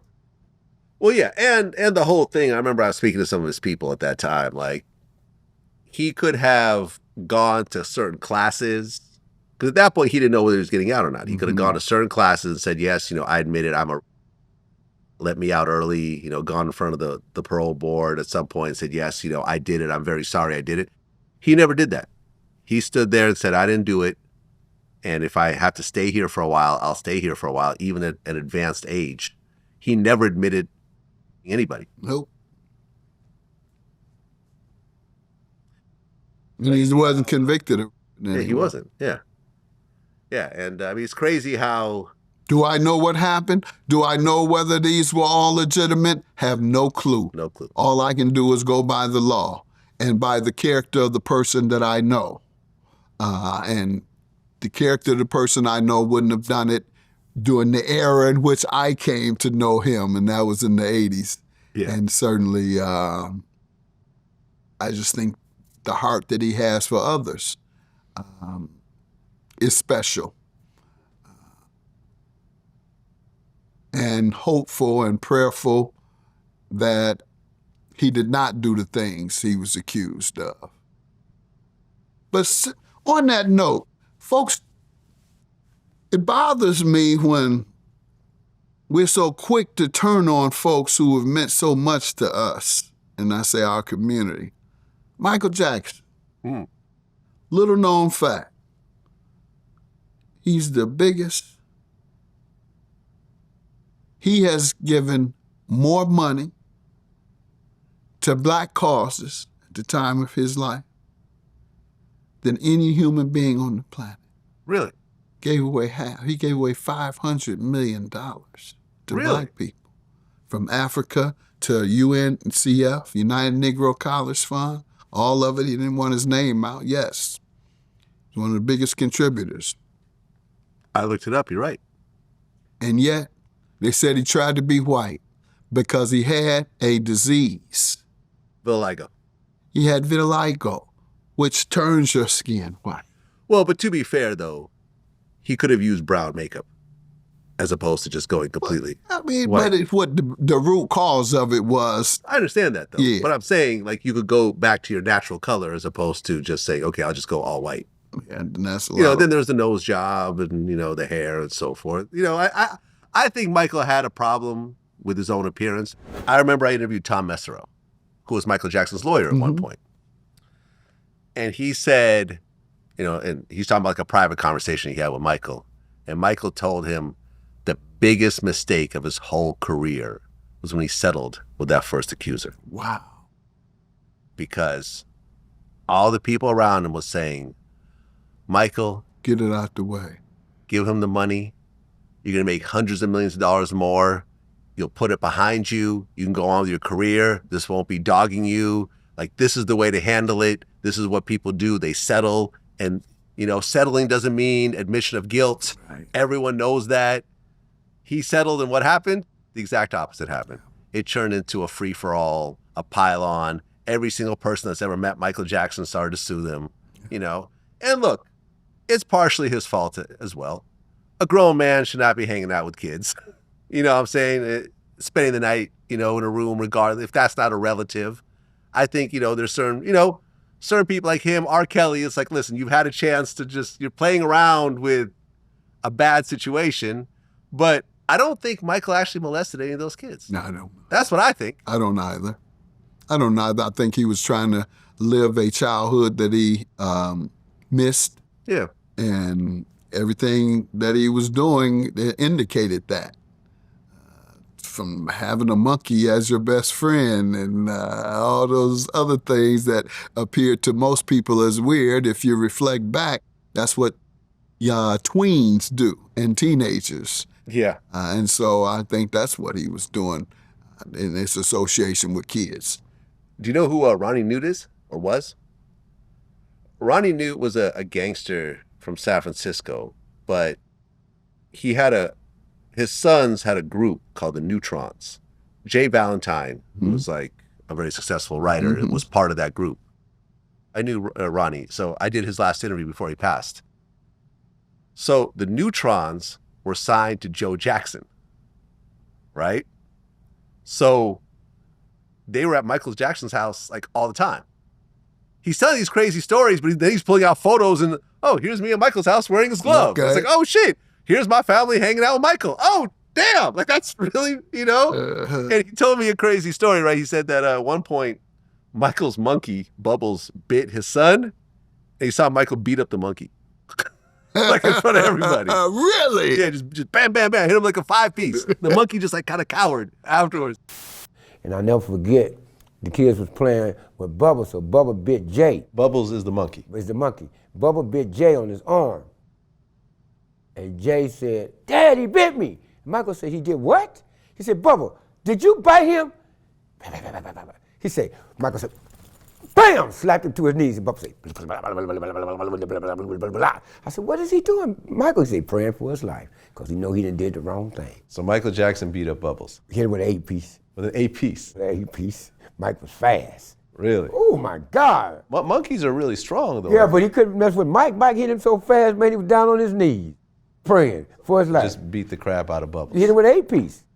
Like Mayweather hit Pacquiao. Now, somebody said they saw Michael beat up Tupac. Yeah, no, that was fake. Oh, that was fake. Okay. No, that's not real. But the monkey story is actually real. And He what's beat the monkey down. beat the monkey down. And here's another interesting part of the story. He showed me this picture. He said, listen, this is my son at Michael Jackson's house in his underwear. He said they approached him and said that they'll give him $50,000 to say that Michael molested his son, and here's the photo to prove it. And he said, if Michael Jackson molested my son, I would have killed Michael Jackson. Right, So I tell them to go fuck themselves. right. You can keep that money. Wow. I'm not going to lie on Michael Jackson. Wow. Yeah, true story. True story. A lot of people, it became, I mean, it's sad because, I've been sued, you've been sued, I'm sure. Like, just because someone's trying to get a payday. Yep. You know what I'm saying? Distorted. Most recently, I got a letter from Suge Knight saying that I owe him money because I used his name in YouTube videos. And he wants payment for every video or else he's going to sue me. And I'm like, really? Like, you're going to sue me over using your name? You're a public figure over a story correct. that involves you in the news? Correct. Kick rocks. I'm not paying you anything. But this is what happens. Right. So I have to get a lawyer, then you go through, and then at one point, sometimes you just have to settle because it ends up getting too costly to keep going back and forth with people. And that's ultimately what happened with Michael. He just kept getting sued and kept having to settle or whatever else. He beat the criminal charges. Yep. He sure did. Yeah. Thanks, I'm Charlie representing him on that. Mm-hmm. So there was no actual legal proof that he did anything. Correct. But Nope. civilly, it was a mess up until Yeah. the end. Yep. Well, in 2018, you won an Emmy. The first African-American judge to win a daytime Emmy. How did that feel? Felt like I had broken the barrier. Hmm. I did feel like I felt like I had broken the barrier. And I pulled all the much of the staff up on stage with me to show the diversity. We had about 20 people come up with me, and that was my remark. It was regarding how a Emmy-winning show can be produced by a diverse staff, meaning diversity helps as opposed to subtracting from business. A person, if you got a car sales, if you're a car company, you want a Latino marketing person up in there so you can know what they like. You want an African American up in there so you can know what they like and you can appeal to those. And so, as such, the same. Well, in 2022, you started a reality show, Mathis Family Matters. And on the show, you encouraged your son, Greg Jr., to come out as a gay man. When did your son come out to you? When he was at the end of high school, right as he was going to college, he let the immediate family and close friends know. Was this the son that I just met the other day? No.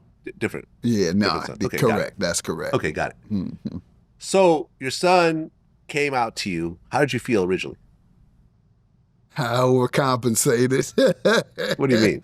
I started that day. I think I drove up he went to University of Michigan, 45 minutes from Detroit. So I drove up and hung out with him and hanging out with him. I had our other son, whom you met, hang out with us and went to a movie. Then we went to dinner and all that. So finally he said, Dad, I'm all right. Yeah. I know you support me. So, but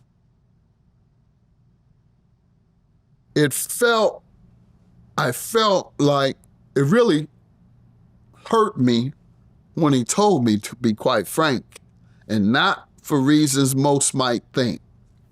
It hurt me because it said, you've been acting like somebody that you're not all of your life, or ever since you could had affection for the opposite, or affection for human beings. So he would bring back like girlfriends and so forth to make it look like he was Not straight. girlfriends, but yeah, girls, yes, with girl to the prom, Oh, all of okay, that, yeah. hmm But even that's not being able to let people know that you don't desire women, let alone I desire men, but just not desiring women is looked at as an abnormal for men. So, but just the fact that you can't be who you are. I mean, most folks know that about me. I'm real. I'm whatever. I'm authentic. So whatever you see with me, you're getting it with me. Whatever you hear me say is I'll suffer the consequences. I'll accept it. And so that's what bothered me the most. Did you know? Was it a shock, or was it like, oh, okay, that makes sense? It was, I reflected back, and of course you just come up with shit when you reflect back. Well, maybe that was, no. That rainbow shirt, I should have known at that point. What do you want to do, pink shorts? Everybody wear pink shorts on the golf course. So, no. Yeah? How'd your wife take it? Oh, she was totally embraced it. Totally what's embraced up. it. No, we were both very supportive. My brother was her favorite of my three brothers. My brother, the late Stephen Gaines, who was gay. So we were already normalized. It was nothing. We felt protective. That's how we felt. Well, in 2023, the Judge Mathis show ends after 24 seasons on the air. 24 seasons. That's like more than a third of your life at that point, because you were 63. Yeah. Why did the show end? Well, Warner Brothers ended both mine and People's Court because they wanted to get out of the judge business. And that's why we were able to come back with another company in Mathis Court with Judge Mathis.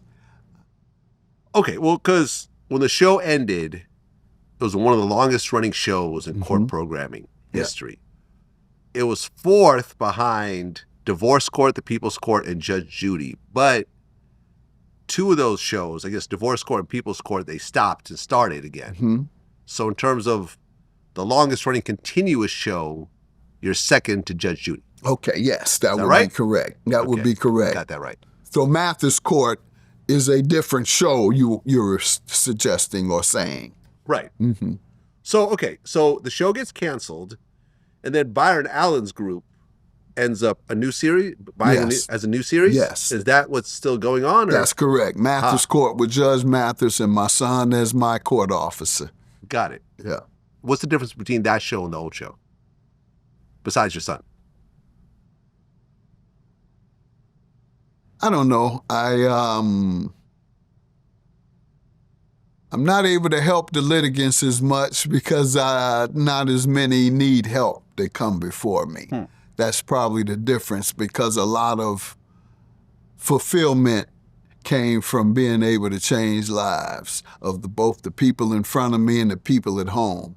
So if you're in front of me and you've had some obstacles and I can give you some wisdom and inspiration to change your life, well, people at home who may have those same obstacles and need the same wisdom and inspiration to change their life, I'm affecting them. However, if I don't have those folks coming to the courtroom, if everybody is, educated and have lived a life of prosperity, then what can I do to help folks? I'm here to help. I mean, I got a couple of nickels and don't have to keep going.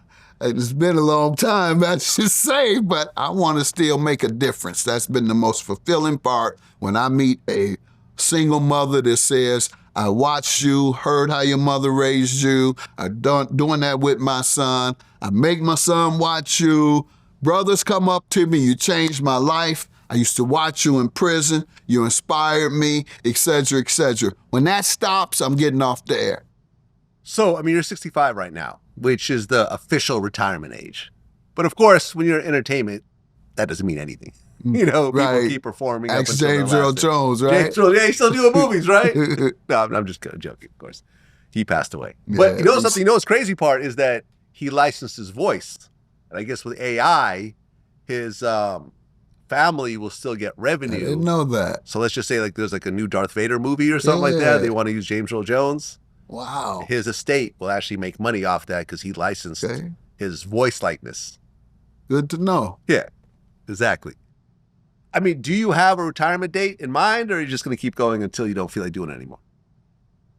When people stop telling me, when I no longer hear people say you made a difference, then I'm done. My work will be done. Well, you and 50 Cent went back and forth over the Tanisa Welch biopic. And I interviewed Tanisa. Mm-hmm. What was that over? You say me and who? 50 Cent. Oh, yeah. Well, you know, he know the street ethics, man. He making a comment on the movie that I had sold and executive produced and had gotten Vivica Fox to direct.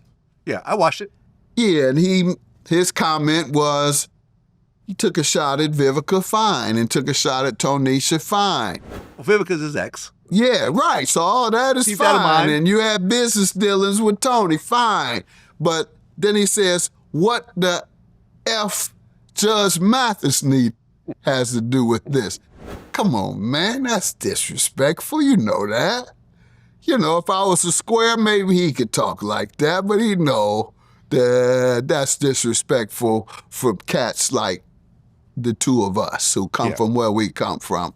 And you know, you putting my name in your mouth like that, you know. So that was all, but I respect the brother.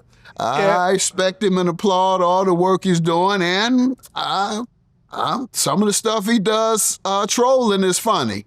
Oh, yeah. No, listen, 50 is the ultimate troll. And I've gotten into it with 50 before, but, you know, Okay. we run into each other and we're friendly with each other. Right. You know what I I mean? like him. Tony Yayo, his right-hand man, is a regular on my show. Okay. So Yeah, I've seen him. Yeah. 50 just knows how to work the media better than Right. pretty much anybody. Yeah. Honestly, he's really the master I at it. got a lot of respect for him. Well, last year you called out black comedians for dissing each other on Club Shay Shay. Explain. Remember what we just talked about, how Cosby and his family were making a lot of progress in terms of the way mainstream America views the black community. Many times it's the negative stereotypes that we're angry, that we are lazy, that we are self-destructive, that we hate ourselves and we hate each other, that we don't take care of our families, black men, etc. So when I heard two major comedians going at each other, both of whom I know. Cat Williams and Monique? No, this was D.L. Hughley. Oh, yeah. Yeah, D.L. DL's a very good Hughley. friend of mine, by the way. Yeah, and I Very, love very DL. good friend of mine. I Love the guy. DL. Me too. Yeah, he actually lives down the street from me on top of that. Yeah. Give him my love. That's my Yeah, man. love the guy. And then they start going at each other's family. Yeah. That's what made me want to make a comment and want to make a plea to them. This is so you're talking about Monique and DL. Yes, and DL. And listen, I've had bad experiences with Monique and her husband, so you know I'm not really surprised over her stance of it. You know, because she does stuff like that, and you know. But you're getting close to violence when you start talking about folks' children. Is this true? I'll just say that. Yeah. And both of them are from the hood. So, and most folks from the hood still got friends in the hood. So, and not everybody, you can't go to some things for talking about each other's insults. You can't go to the police about insults. Oh, So no, I'm listen, just saying, it was getting dangerous. I And so remember I'm when Shannon Sharp said some things about Mike Epps. And Mike Epps said, hey, you know, and I think he threatened to like fight Mike Epps. And Mike Epps like, well, you come into my city and I don't do much fighting. That's what I was about to I say. do Fight something nobody else. fight no more. Next thing you know, Shannon's apologizing. They got pictures together and so forth. And, I mean, listen, Shannon's in a little bit of trouble himself right now. Yeah. You know? Yep. That's Messing unfortunate. with that white girl. Yeah. You know, the young girl. With Yep. Yep. Hey, Monique told him about that. Oh, yeah. Monique, you an old bitch. She told You need an old bitch. Like, oh, no, I don't need that. She said, leave them young white girls alone. She was very specific. Oh, no, she's specific. And And look what some happened. months later. Let me ask you a question.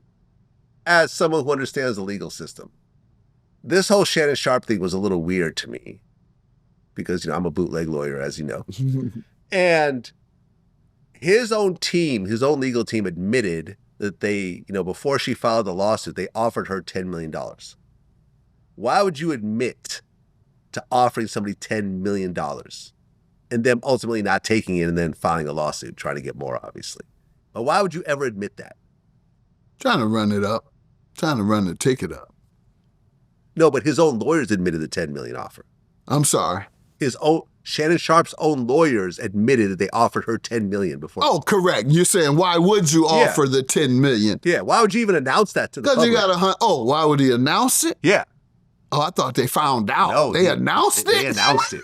Oh, yeah. No, you wouldn't. At all. At all. Under no circumstances do you announce that you're making a significant amount settlement. Like oh, yeah. My goodness. Settlements are usually sealed. Right. Yeah, in fact, like we didn't know about Cassie's $20 million from Diddy plus the $10 million from Intercontinental until she got on the stage. Yeah, that's correct. Oh, she got 10 from Intercontinental as well? 10. Okay. She got 30. Missed that $30 part. million. Good. And you know what I think is going to happen? All those male escorts, they would sue her. She's got the money now. I don't know. Let me tell you, when I interviewed one of the escorts, Sue him for what? sexual assault, sex trafficking, prostitution. You can't sue the trick for prostitution. Let me tell you something.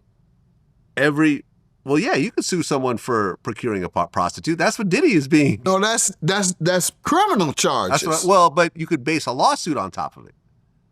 Yes, you can. Anything in a criminal court could turn into a civil case, which is much easier to prove.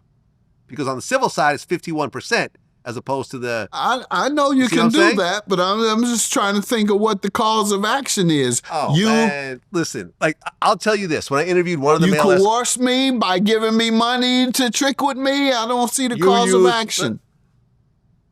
Okay, so when I interviewed Punisher, one of the male escorts, he said that every single time, there was about a dozen times they met up. Every single time, Cassie would text him and Cassie would pay him the money. Was it Cassie that always would interact with you to bring you back and so forth? Always. Right, so it wasn't even Diddy, it was her. So she was basically engaging in prostitution, if you really think about it. Yeah, I mean, in terms of hiring a prostitute. Yeah, I only communicated with her. She always paid me. Now you could argue, it really came from Diddy, but there's probably enough there for a lawsuit and probably a nice settlement. Oh, now, what's the cause of action? What has she done to him other than give him money for sex? That's legal, meaning though. Tricking. But you have to have a cause of action is based on damages in civil. Civil is based on damages. Can How he did I damage say you? that he was traumatized by these actions and he only did it because he needed the money and she had a lot of money to offer and he was being subjected to these weird, multi-person orgies with a guy masturbating in the corner So with now a Yankees hat? now we're not going to have enough prison room for real criminals. This is a civil case, though. It's not a criminal case. My point is, were that a case at all? Listen, Judge that Mathis. You are going to sue the trick. Judge, the beginning of this interview. The prostitute sues the trick. Beginning of this interview, we were talking about how Diddy's about to go to jail for tricking, right? Your words, not mine. He's about to go to jail for tricking. So, at the end of the day, why can't Cassie be sued for tricking? I'm just saying, she was given immunity because technically, if she wasn't given that immunity, they could technically charge her with Correct. some of that Ain't no same stuff. technically they can. They can charge her Absolutely. with the same stuff that Diddy is being Absolutely. charged with. Absolutely. She could be in a jail cell in a women's equivalent prison, across town while Diddy's locked up. But she was given immunity. It was 5 female prosecutors. Obviously, they're trying to prove a point. So I'm just saying, I see some of these male escorts suing Cassie. And I bet Tricking is illegal. That's why they are charged with a crime. It's civil to engage in sex and give someone money. But in Vegas, where it's not a crime. We're not in Vegas. Okay. Listen, how many times do you have these sting operations where female officers are standing on the corner of a host roll and Johns pull up, try to get a prostitute, they get arrested? Criminal case, right? Yes. Tricking is illegal. That's what I just said. Yeah, so it's Tricking illegal. is illegal. Yeah. But I said on the civil part, who's being damaged? I see It's what you're against saying. the law. I see what you're saying, yeah. And on Okay, I it's see what you're against the saying. law, criminal. Civil, it requires damages. Who's getting damaged? That's why they call it, what's the cause of action? Right, so then you have the punitive damage as well as the compensatory damage.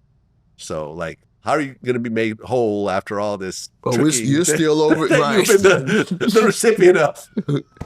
Let's just tell You them got to stop $2,000. tricking. That's the compensatory. You were Let's just tell them compensated. to stop tricking. Stop tricking, Cassie. Date. And listen, I've said this too. I wouldn't be surprised. I mean, number one, I'm almost sure Cassie and her husband don't have a prenup.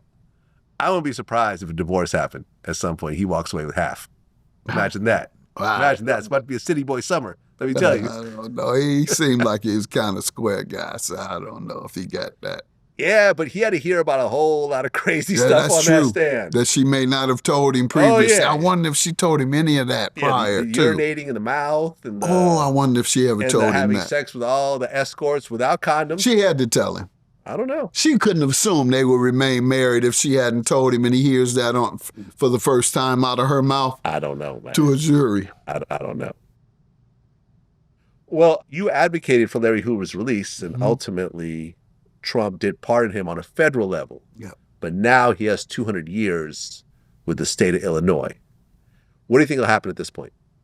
Well, we're continuing to work on Governor J.B. Pritzker. Oh, so you're in contact with him about Larry Hoover? Oh, yeah, I sent him a letter. Really? Okay, so and- what's your relationship with Larry Hoover? Yeah, well, his wife and I are friends, and she asked me to marry them years ago, and I know Wait. So Larry Hoover's wife married him in prison? she wanted me to, and they would not allow it Oh, because he was a Supermax. Supermax, yeah. But also, I work with gang members and those reform gang members all over the country. And Larry Hoover has the biggest reputation of all. And I have an approach to where I go after the head of whatever the organization, whether it's criminal or civil, and I try and get them to influence their followers to do the right thing. So that's what I'm going to be asking Brother Hoover to allow me to help him in providing a cautionary tale with some inspirational guidance and wisdom to these young kids who are still on the street, because they admire him, they idolize him, and so that means he can influence them. I've talked to all of them. I talked to Big Meats, talked to Southwest T, talked to Harry-O, all of those guys talked to Big U, all of those, Lil Durk, all of those guys about using their fame to help turn around or to influence the street youth who idolize them. And a couple of them have done that. And so that's what I seek to do again with Brother Hoover or King Hoover. Right, because Illinois Governor J.B. Pritzker has to give him a pardon. That's to correct. send him home. Or clemency. He can grant clemency. Clemency. The pardon board has I thought that was quite odd, and I'm not sure if it was legal, but the pardon board chairman, I believe it was, said that he's just before a hearing, said we're not giving him a pardon before the hearing even occurred. The governor can grant clemency. Our concern there is he is going to be running for president for the Democratic nomination, and he'll probably look at that as risky. However, he should look at it as, you're a good Democrat, compassionate, so y'all say, and here's the right-wing conservative wild man Trump, who you all say is against black folks, yet he shows enough compassion to let Hoover out, and here you are, compassionate Democrat. What's the deal? Well, if the feds look and determine that he was rehabilitated enough and had served enough time to pardon him, it's just not Trump. He gets a report from the Justice Department and others who make analysis and how much of a public threat he still might be, etc. Why won't you do it, Democratic governor?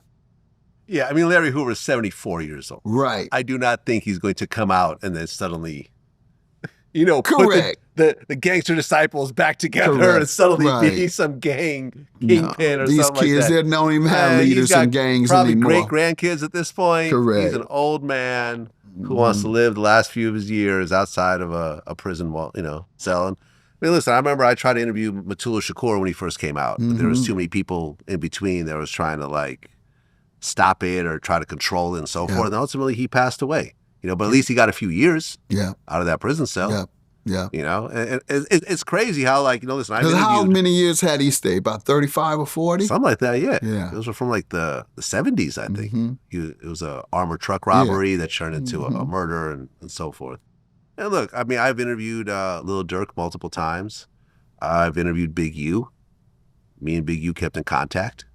So it's just weird seeing people. My last contact with Big U was a couple months before he was charged, and we were discussing getting a expungement expo, helping ex-offenders get their records clean. I help do that around the country. So I'd ask Big U, let's do one here in Los Angeles. And then Lil Durk, I had just worked with him with the kids at my community center in Detroit. And was looking to work more with him. I asked him to inspire him to write that positive song All My Life for kids that went number one.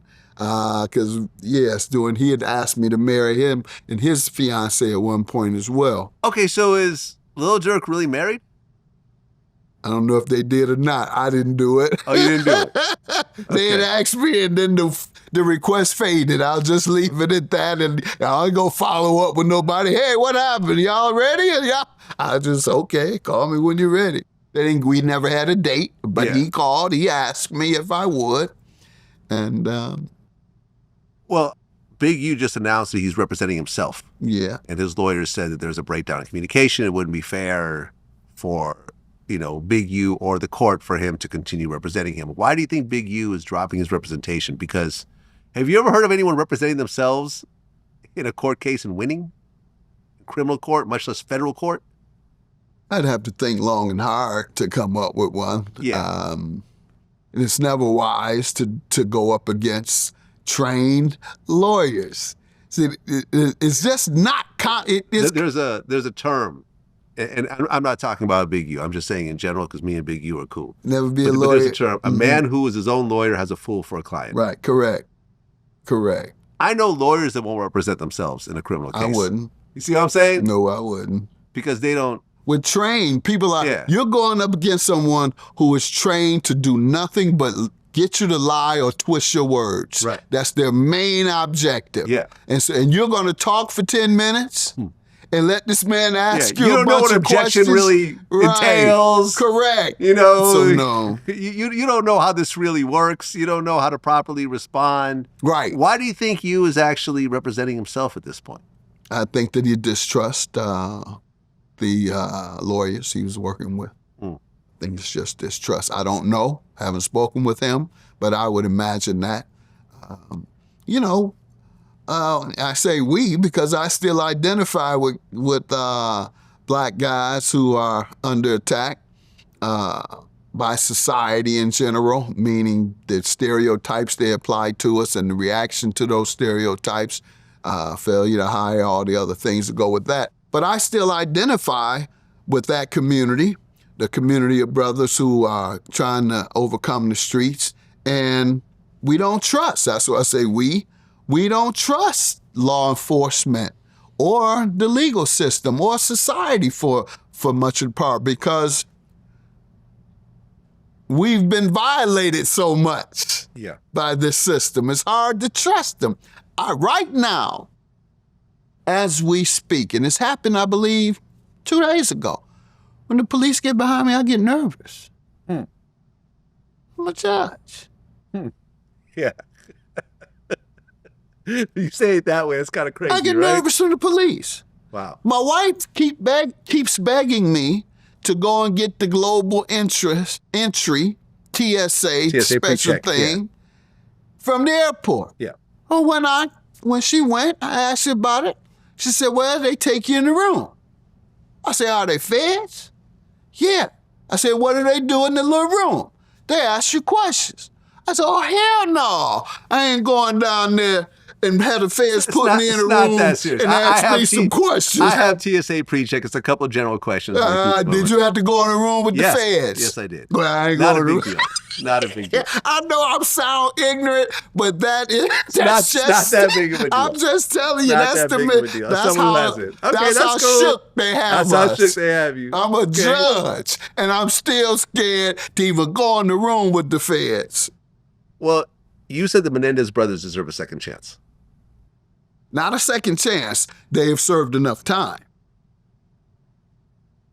Well, look, I interviewed this guy, Hector Bravo. He was a prison guard in California for 16 years, and he actually was stationed with the Menendez brothers at one point.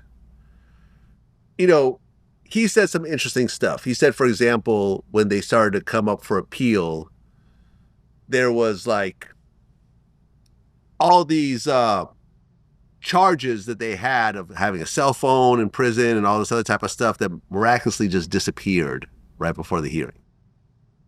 And he feels that there's political forces in place because, you know, they're popular on TikTok, they have a movie and a documentary, and the Kim Kardashians are speaking about them, that he feels that this is politically motivated to try to get them out.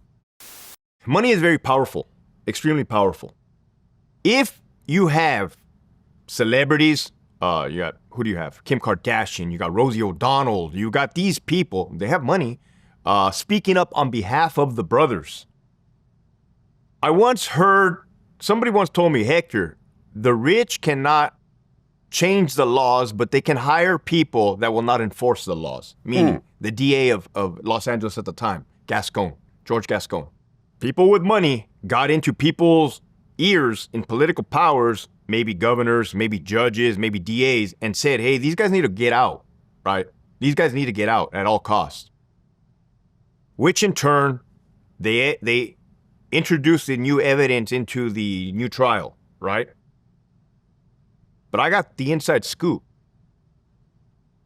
One of the brothers, Lyle, was weekly and or bi-weekly getting caught with contraband cell phones while incarcerated. I mean, every other day, you're patting them down, you're finding a cell phone, right? People say, oh, well, what's the big deal, Hector? It's just a cell phone. No, not when the media, not when the state, not when the Board of Prison Hearings, BPH, is saying, hey, these guys are rehabilitated, they've helped other inmates, they're great for society. But here's the kicker. Do you know what happened to those write-ups with the cell phones? Disappeared? They disappeared. Wow. They disappeared. And I know that verbatim, the names of the people that made them disappeared. I used to work with these guys. Do you agree? No, I don't see that. Because there's been 2 prosecutors of different point of views, and they had political power to make a difference. One tried to be more compassionate than the other. So those are 2 opposing political views. So if there's a political conspiracy, which side is it coming from? So that's the only thing that I would call into question. I guess when you look at this story, though, it's like you had 2 brothers. One was, I think, 19. The other one was like 23. They were adults. They claim they did it because the father was molesting them. So they go and get a couple of shotguns. They blow off both their parents' heads, run out of ammo, go back to the car, reload, come back into the house, finish the job. The mother, got killed as well. She wasn't doing any of this damage and so forth. They're adults. They have money. This man was not chaining them, in a basement and raping them. If it was even true, they could have left. There was no immediate danger, and yet they did what they did. So I'm really not one of these free the Menendez brothers types. I feel what they did was calculated. It was to get the parents' money, which they spent like crazy. And if you watch the documentaries, when one of them actually admitted to the therapist that he did that, the both of them came in to talk about it, the therapist ultimately took the stand. They never mentioned any of the sexual abuse at all to the therapist. And suddenly the whole sexual abuse story came out, in the trial later on. So I just question that whole thing. I agree with every single thing you just said. Yeah. With the exception that I think they served enough time because, and this is where the exception comes in, I am convinced that there was sexual assault. The other family members, in fact, he had an interpersonal communication with a cousin discussing it and saying he can't take it anymore, those type of things. So that's what you call mitigating circumstance. In other words, yeah, you had a little reason to be a little angry with them, with your dad in general, but no, that what you did was heinous. Yeah. But I'm not going to give you the electric chair. I'm going to give you life. Okay, and they did what, 35 years at this point? Life. So you feel that's pretty much long Yes, enough? They should be let 35 out. is life. Okay, fair enough. I could see a. That's what less than 35? No, I don't think they should have been out in 20. Right. No, I don't think they should have They been got out in 35. 25. No, 35 is enough. Last question. You and I both live in LA, and ICE protests have been happening. Now, I'm an immigrant as well. I came over here legally from USSR. It was Ukraine, and, I got a citizenship and so forth. To me, when you look at this situation, I guess the thing that kind of gets me scratching my head a little bit is that, look, you have a group of people that have been in this country illegally. Now, during that course of time, they've paid taxes, they've contributed and so forth, but at the back of their mind, they know they're still illegal. So at the point that the shoe finally drops and it's like, okay, like now you have to actually answer for this, you can get sent back to the country you came from. Why would you be that mad to the point of getting violent and so forth? Like, it's not really going to solve anything by being violent. That's like if you don't pay taxes for 20 years and suddenly the IRS says you owe back taxes, you're going to, blow up the IRS office. Right. You knew you weren't paying taxes. You knew you were not a citizen. You see all these people, I supported Trump and now I got deported. Like, did you think that was a free, get out of ICE jail free card? Like, they came without support? No. You knew this guy was anti-immigrant. This is the guy that's building the wall. This is the guy that's blocking countries, from coming in and so forth. This has been his stance since day one. And your vote made a difference. And your vote made a difference. Probably wouldn't have won. We wouldn't have won without their vote. If all, illegal, aliens were not voting, but I'm saying the community. The Latino community. A lot of them were standing behind him. Yeah. Only to have him turn around Very and much deport a lot of the Latino community. But you can't really be surprised because he never said anything else that he would do. Correct. Well, my only concern is with the due process I'm not seeing. So they're just sending him back. Yeah, you got to have a hearing. You got to determine whether they are. They grab them in on their own discretion. At their discretion, they do what they want with them. I don't even know what they're asking for. Are they asking for papers or are they just walking up to people or going into folks' house? I was asking someone last night, do you think they have a list? They ran up to the car wash the other day and got 2 specific people were walking out. And I'm like, what made them go into the car wash?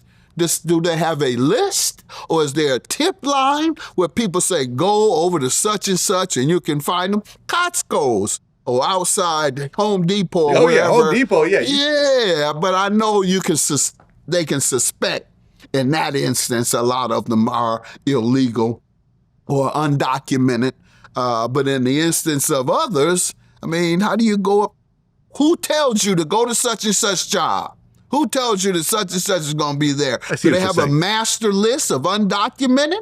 If so, that list needs to be corrected because we're saying that they're not undocumented, many of them. They are legitimate residents and citizens. Yeah, but look, go to any other country, overstay your welcome. My problem, I'll say this, in many of the cases I'm hearing about, they're getting help that the most impoverished people in Detroit and in West Virginia can't get. I say West Virginia because that's white. The poorest state in the country, the Appalachia. It's real redneck. Detroit. Yeah. All black. All black, yeah. 25%, one of the poorest, if not the poorest, big city in America. And so you neglect them, but you have resources for others who you say are undocumented and are not citizens. They're getting $100 a day or so in some instances. Cell phones I'm hearing about. In the state of Illinois, they are allowing non-citizens to be sworn in as police officers. Look up the legislation. Don't take my word. Wow. Don't take my word. And they're getting housing. In some instances are just as, or if not more, than what the poor white folks in West Virginia or the impoverished black folks in Detroit. So that's why I see there needs to be a balance. I mean, that's why I see the balance needs to be made. If you're going to do for those who are in a crisis right now because of their undocumented status, those who have been in a perpetual crisis, poor folks in West Virginia and the Appalachian, poor folks in the big cities, don't leave them behind. Yeah, but unfortunately, this is an argument that's never ending because you could say, look at the money we're giving to Ukraine. Yep. Billions of dollars that could be redirected to Detroit. Yep. That's still, is the water situation fixed there? In Flint, it was. In Flint, yes. I'm sorry. In Flint, Michigan. I played a role in that, yes. Okay, yeah, but I'm saying situations like that, you could always redirect money into better situations. I remember I interviewed one of the guys who the War Dogs movie was based off of. Mm-hmm. And you hear things, but you don't always register things. I remember I asked him, what the budget is for defense in the U.S. He said $800 billion a year.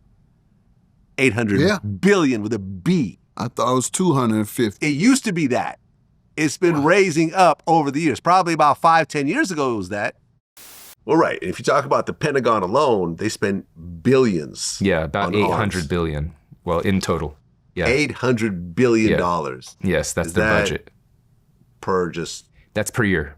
Yeah. Per year. Per year. $800 billion. Yeah, that's the entire Pentagon budget. Yeah. Yeah. I had no idea. Yeah, it's massive. $800 billion a year on weapons. Yeah, it's about 10 times more than like the next 5 biggest countries combined. Yeah, something like that. So, $800 billion. That means in 13 years, if we applied the same amount to reparations. Wait. I'm wrong. 2025. $892.6 billion. There you go. Nearly almost $1 trillion. 900. Almost 900 billion. Economists have concluded, on several economists that have concluded that black reparations would amount to between $13 and $17 trillion. Trillion dollars. Yes. Yeah. We're spending, you just said, $1 trillion a year on defense. Yeah. Just give us half of that. Just throw us half of that. 500 billion? Yeah, you just good? throw us 500 billion per year. And we'll stretch it out to 25 years. I mean, listen, I remember, this was when I was going viral for these comments. Mm-hmm. I remember at the time, this was before the pandemic, I said, I don't think that cash payments for black reparations are going to work because of the amount of money. It would probably bankrupt the country. I suggested, for example, like, free college education and so forth. And people got on me and it was like, oh, that's not fair. What about Jewish people? Your people got reparations from Germany and so forth. And then the pandemic happened. And I saw the amount of money that the U.S. gave out. And I said, something? I was wrong. I think cash when reparations. They got it. The U.S. got it. Mm-hmm. If the U.S. wanted to pay black people back for slavery, Yep. cash is actually appropriate. So I had to apologize. I remember me and Dealer Hughley talked about that on one of my shows. And also, I've always, and I've been a member of, in fact, I helped write the reparations legislation as a student assistant to Congressman John Conyers when he drafted it. And I've always, as part of the reparations movement, advocated for suing corporations that have survived, corporations that profited from slavery and have survived. And there are many who participated in the slave trade. We know that Wall Street financed much of the slave trade. So in that sense, they can pay without bankrupting their individuals. Yeah. I mean, there's actually, let me see, there's a list of corporations like this. Hold on, I'm about to pull it up. The ones that we know about. Lehman Brothers, Aetna, Yep. JP Morgan, Yep. New York Life Insurance, Yep. and then Rothschild and Sons Bank in London, Mm-hmm. Norfolk Southern, that's the train, right? Mm-hmm. USA Today, Fleet Boston, CSX, Canadian National Railway, Brown Brothers Harriman, Brooks Brothers, Barclays, the Barclays Center over in Brooklyn. Yeah. Yeah, just give it to black people. They could own that. Right. That's cool. Not to say Everybody you mentioned over the course of years, they've made tens of trillions. Yeah. I agree, man. I agree. So Now, do you think it'll happen in our lifetime? well, we didn't think we'd have a black president in our lifetime. This is true. So I'll never, and you don't know unless you try. And so let's keep trying and see what happens. Yeah. And I mean, you've seen small instances of this, like certain universities and so forth. I think Harvard did something about that and a couple other universities. Mm-hmm.